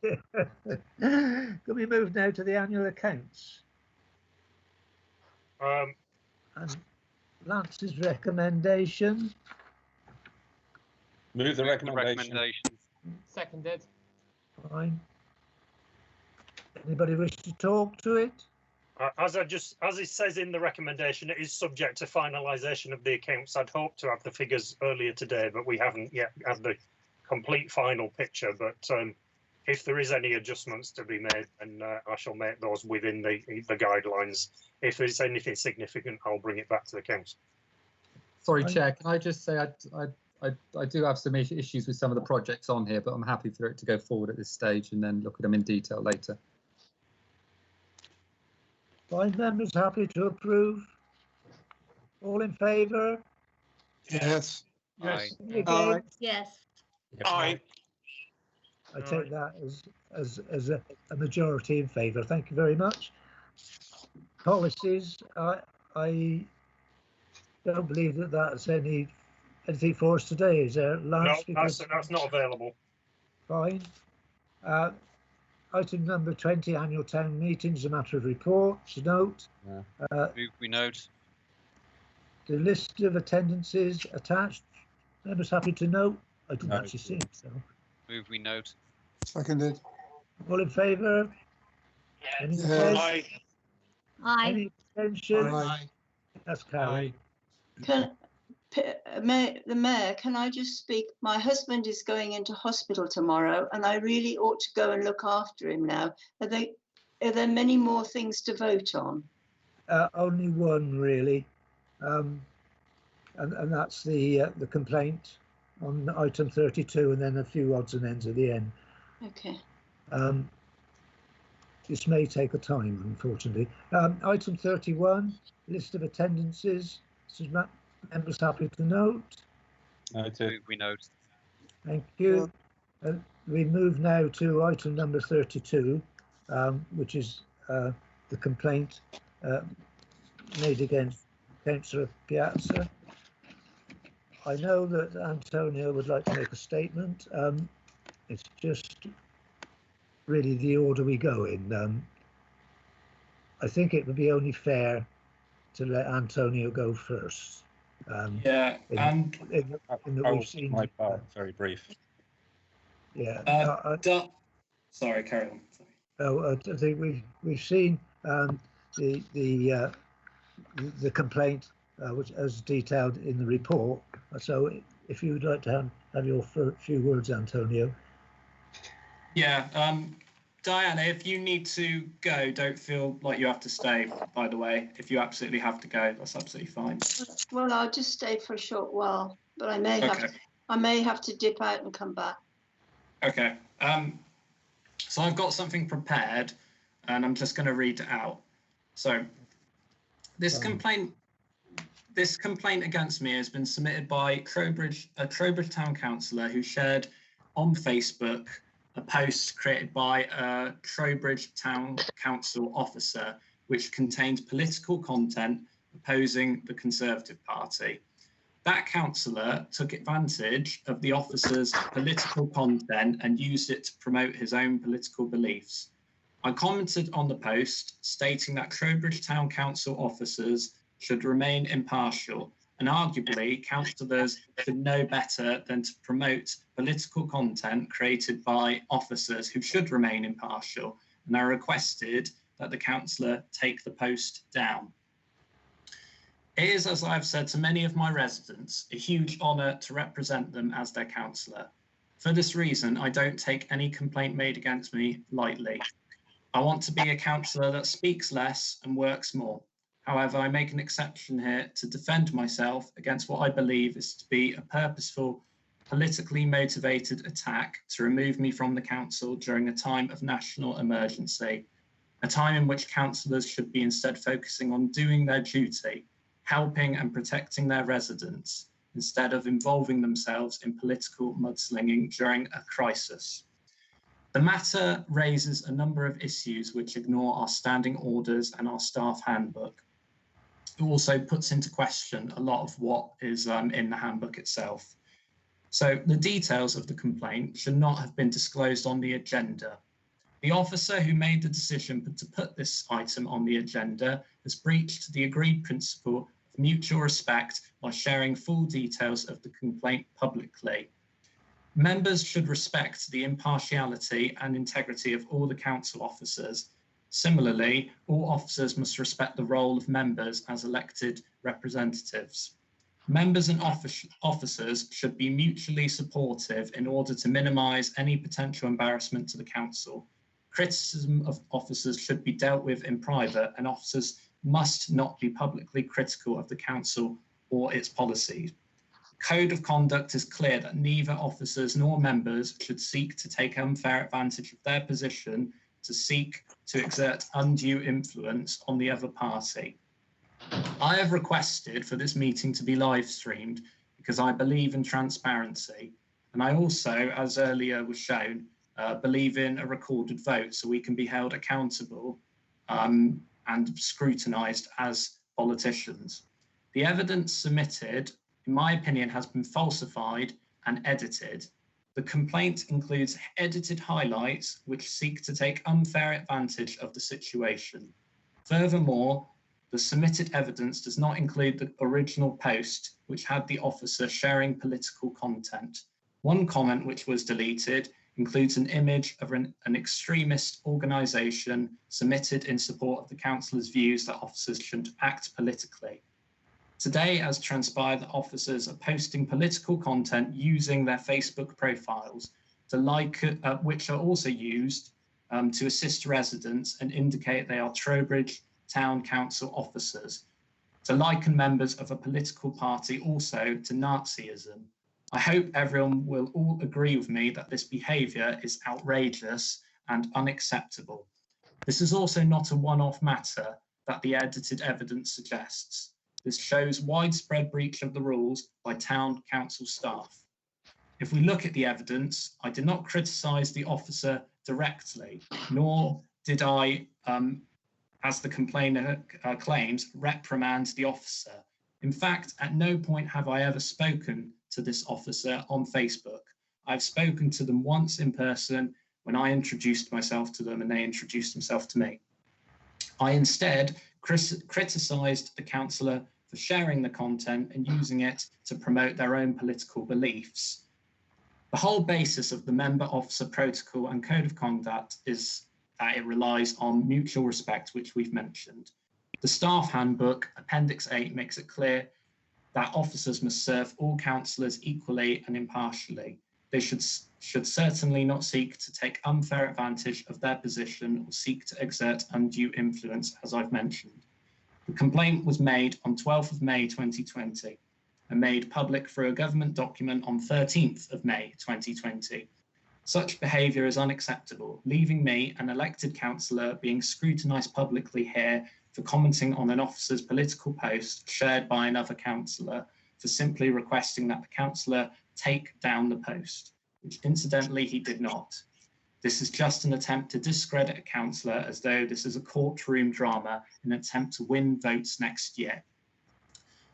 Our town clerk has said it is wholly appropriate that anyone can request an officer to correct factual inaccuracies in their social media posts or to retract and correct anything which unfairly accuses individual councillors or the council of anything or which otherwise could bring the council into disrepute. But if councillors wish to make an official complaint, this should be done in accordance with the council's policy, not publicly. So, why are we breaching our own rules here? I do not see public flogging where information has been falsified and evidence has been tampered with as acceptable. It appears as though neither does the town clerk for officers. Therefore, why is it acceptable for councillors to be publicly flogged in this manner when the evidence submitted has been heavily edited to favour one political party and instead create drama? Instead, we have a councillor attempting to promote his own party's beliefs and even claim that I was bullying him, when instead I was only stating fact that I still believe in. Trowbridge Town Council officers should under no circumstances act or even appear to act in favour of one political party. No ifs, no buts. The councillor who made the complaint towards another councillor who attempted to correct him on standard basic government procedures that most residents actually understand and accept, that an employed government officer should be politically impartial. Instead, the councillor is encouraging other officers to actually break the rules. I believe our council is not flourishing like this. The creative spirit and potential of this council is not being used sensibly. Speaking to a resident this week, they said I was a breath of fresh air on the council. Knowing that complaints are being submitted and attempts are being made to discredit my name by the opposition prove that I am on the right track and siding with the people of Trowbridge, my residents. This is an inane complaint. I do not think the residents of Trowbridge would take kindly to this waste of time and money during a global pandemic. I believe Trowbridge needs change desperately. Thank you. Thank you. Sorry, Chair, could I just come in? Sorry. Could I just go on? Sorry, could I finish what I was going to say? I would like someone to move and second the recommendation, which, because of standing orders, we have no choice. So if it can be moved and seconded, then I can ask. I will move because I would like to speak to the recommendation, yes. So seconder? Well, the standing orders are firm. I'll have to second. No, I'll second it. Yeah. Fine. Councillor Bryan. Yeah, I mean, as somebody looking in from the outside here, I mean, I don't belong to Facebook, and I believe this took place on Facebook. It seems quite a complex issue and a contentious one, and I'm not coming down on either side here, but I think that there's something that does need to be investigated simply because it is contentious and accusations are being made on both sides. And I think that that's the job of the monitoring officer. We have this protocol in place, and we should be following that system. And there should be no assumption of guilt. I mean, people are innocent of things until proven guilty in this country, and the same applies here. I think it should just be laid at the feet of the monitoring officer, let them sort it out, and they can come back to the council, and whatever is. I think we're going to achieve nothing by debating this, unless Lance, as the town clerk, has inside information that can put this to bed within the next few minutes, then fine. Otherwise, I would move that we go ahead with the recommendation. Thank you. I'd like the right to respond just a little bit. I will keep it to a few sentences. Right, fine, that would be fair. Thank you. Okay. I think, you know, as councillors, we do have the right to be political ourselves. But when an officer, under extreme stress, supporting people throughout COVID and going out delivering things to people's houses, expresses a concern about how he's seen behaviour changed due to government policy changing, not local policy. He has said nothing against local policy, and he expresses his frustration. It is the type of thing which I do share, and I didn't share this on my ward page or anything like that. I just put it out there as a mark of frustration that I don't agree with the government policy at that particular point in time. Now, Councillor Piazza did complain about that. We had some debate, and then I anonymised the message I had put out, so it took away the councillor's name and it took away the political aspect of it and just became an observation. I politely sent a message to Councillor Piazza saying, actually, you're being critical of an officer. It may not be direct, you're being critical of an officer, and this goes against the code of conduct, which we have incidentally all agreed to again today. We've agreed to that code of conduct. I won't read it. It's the 2 points on there. He has gone against that. I felt in our discussion that he'd agreed that, and so I felt the whole thing could go to bed. The following day, he did repost the original post that I had put, and I felt that was stepping over. There's no point in having a code of conduct if people don't behave towards it. It's an irrelevance. So that extremely frustrated me, especially as the officer was very frightened himself that he had done something that he could get into trouble with, which Lance has since proved otherwise on. So I felt I have to complain. Otherwise, you know, we can just ride roughshod over it. Our officers need support now more than ever. They do not need criticism. Okay? If there is an issue with an officer, take that up through the complaints procedure. I've done this through the complaints procedure. I must admit, I didn't realize it would be on the agenda today in such a full manner, but I put that through, and I would do the same again. I will withdraw this complaint if Antonio apologizes to that officer in person, and if he promises to abide by the code of conduct. Okay. If not, then as it's been proposed and seconded, then it should go forward to the monitoring officer. In terms of falsification, I have falsified nothing. I did a snapshot with print screen all the way down through that post, and I just slapped it in a Word document. My life's too short to be trying to engineer information in a chat. That was just the thread as it stood there, and I had the only modifications I had done is cutting off the officer's name on my original post and cutting off the reference to the leader of the Conservative Party who he wasn't particularly happy with. Okay, and so I am quite upset that anybody would effectively say I'm doctoring anything, because that has not been the case. But I'll leave it up to the monitoring officer, and I'll leave it at that. Bob, I think you want to make a comment. Yes, I think I'd just like to say that criticism of the government is not necessarily party political. You know, anybody can criticize what the government's doing, and it is not necessarily party political.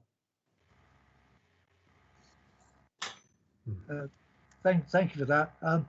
I don't really want to allow a truncated discussion on this issue, because the monitoring officer is an independent person and will give his view on the issue. But the complainant has made the offer to Antonio. It's whether or not Antonio would prefer it to continue to go forward, or if at this stage, before the full investigation has taken place, he wishes to apologise. Antonio. I can't remember what the offer was, actually. I know it was to apologise, but what else was it? And just to state that you will abide by the code of conduct in future.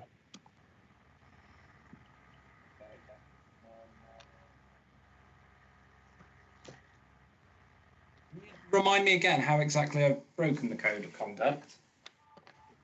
Oh, right. Okay, so a member should not raise matters reflecting to the conduct of or capability of an officer in a manner that is incompatible with this protocol.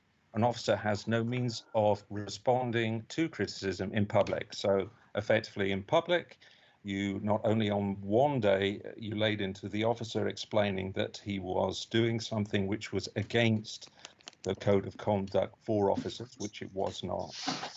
Okay. I've never spoken to the officer, Stuart. Chair, is this really for this meeting? Yes. Yeah, I agree. He's not prepared to apologise as he understands it now. Then let's take it to the monitoring officer. I'll leave it at... No, I think the evidence that you submitted shouldn't be tampered with.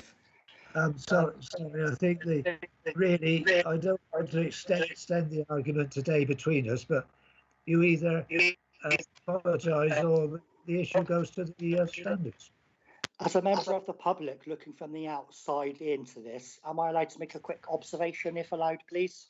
Sorry, Not really. no, Not not appropriate. Antonio, I think you should just go to the monitoring officer. Just let it go to the monitoring officer. No I risk.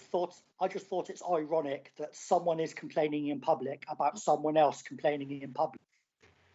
Sorry, the rules of the council are what they are, and they're laid down in standing orders, and if a complaint is made, the council has really no choice but to forward it to the monitoring officer, unless the complaint is withdrawn. Just do it. As long as, if no member wishes to speak further, I'll put it to the vote. We have a recorded vote, please, and that is that the council notifies the monitoring officer at Wiltshire Council of this complaint and considers if it should impose any limitations on Councillor Piazza. Well, I would suggest that we don't.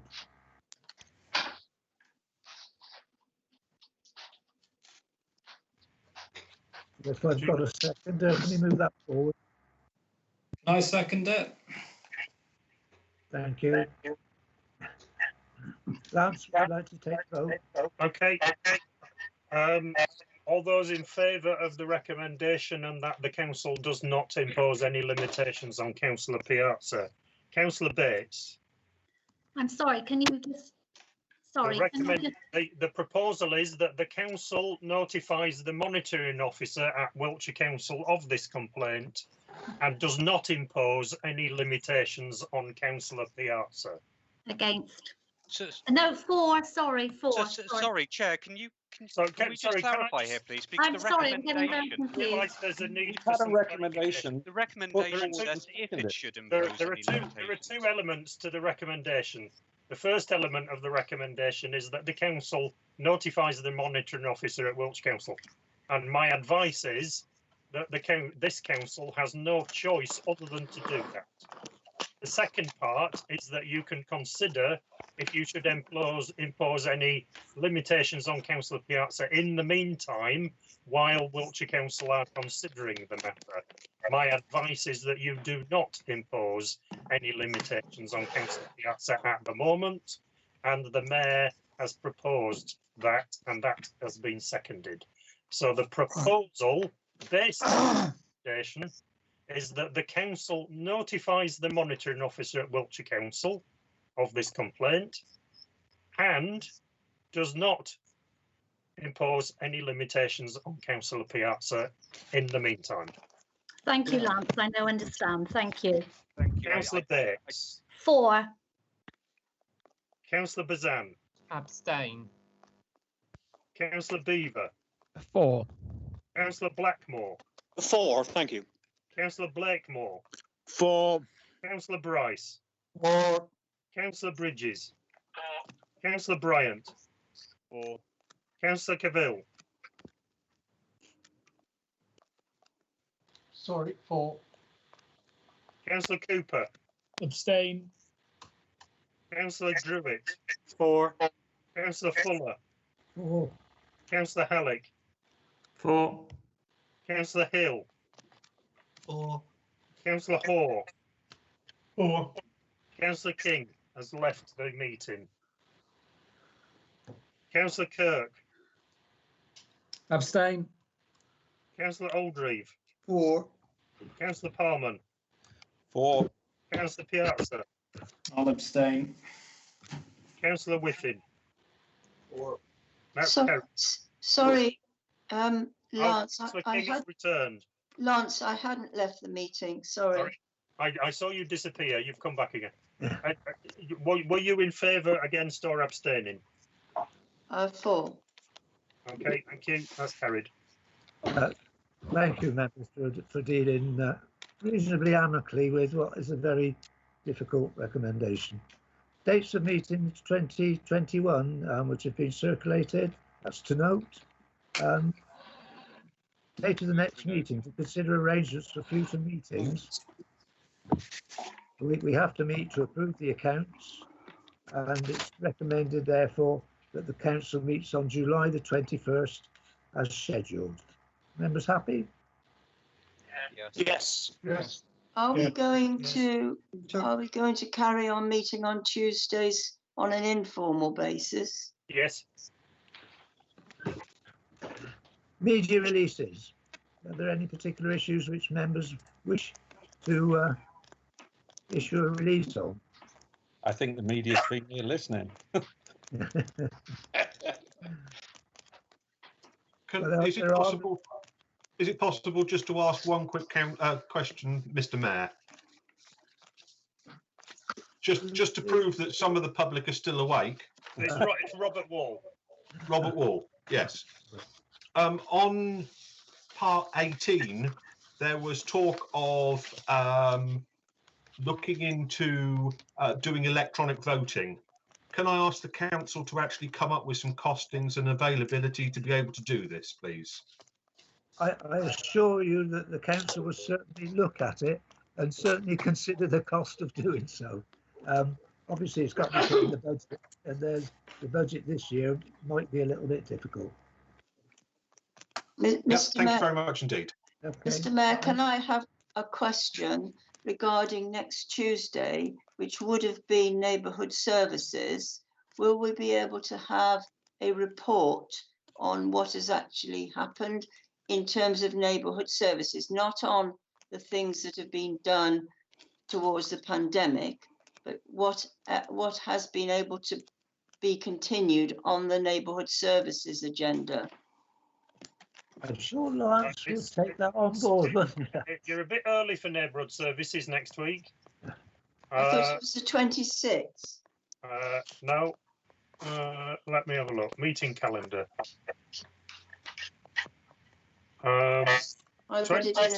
The 26th is Civic Board and Risk and Audit. Neighbourhood Services is the 30th of June. Oh. Check your list, Diana. Oh, I must. So next week you will, or tomorrow you should receive a Civic Board report and a Risk and Audit Panel report. Okay. That must have been an old calendar. Could I just go to that last item again? Would members be happy to have a press release regarding the appointment of mayor, deputy mayor and leader? Absolutely not. Fine. Quite agree with I'm that. only joking. I'm joking. Yeah, absolutely agree. Yeah. Thank you all very much for making it reasonably easy. Thank you very much. Thank you, Peter. The longest meeting I've attended in 30 years. The longest meeting you haven't attended. We had a budget meeting at County Hall that went up to, I think it was gone 11. Chair, can I just say that actually Chippenham seem to have a 9 o'clock cut-off on their meetings? That's why I asked. Yeah, well, stop filling the agenda up then. Take that as advisement. Thank you. Can I request that the town clerk endeavours to make sure that we have a full meeting in the Civic Centre on the 21st of July with social distancing, considering the problems that a few of us have had this evening? However,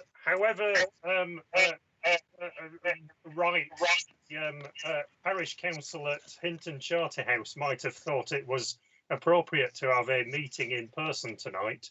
My reading of the regulations is you are not allowed to have meetings in person, as long as those regulations are still in place, I will not be organising a meeting in person for the 21st of July. But hopefully the regulations will have changed by then. You go to school, Jeff. 1st of June. In the park. Good evening, all. Can't meet in a park, there's no toilets. Plenty of trees. Oh, that's true. Mr. Mayor, can I congratulate you on your chairmanship of this meeting, which I think has been absolutely excellent considering the length of the agenda and the complexity of the agenda. Yeah. Well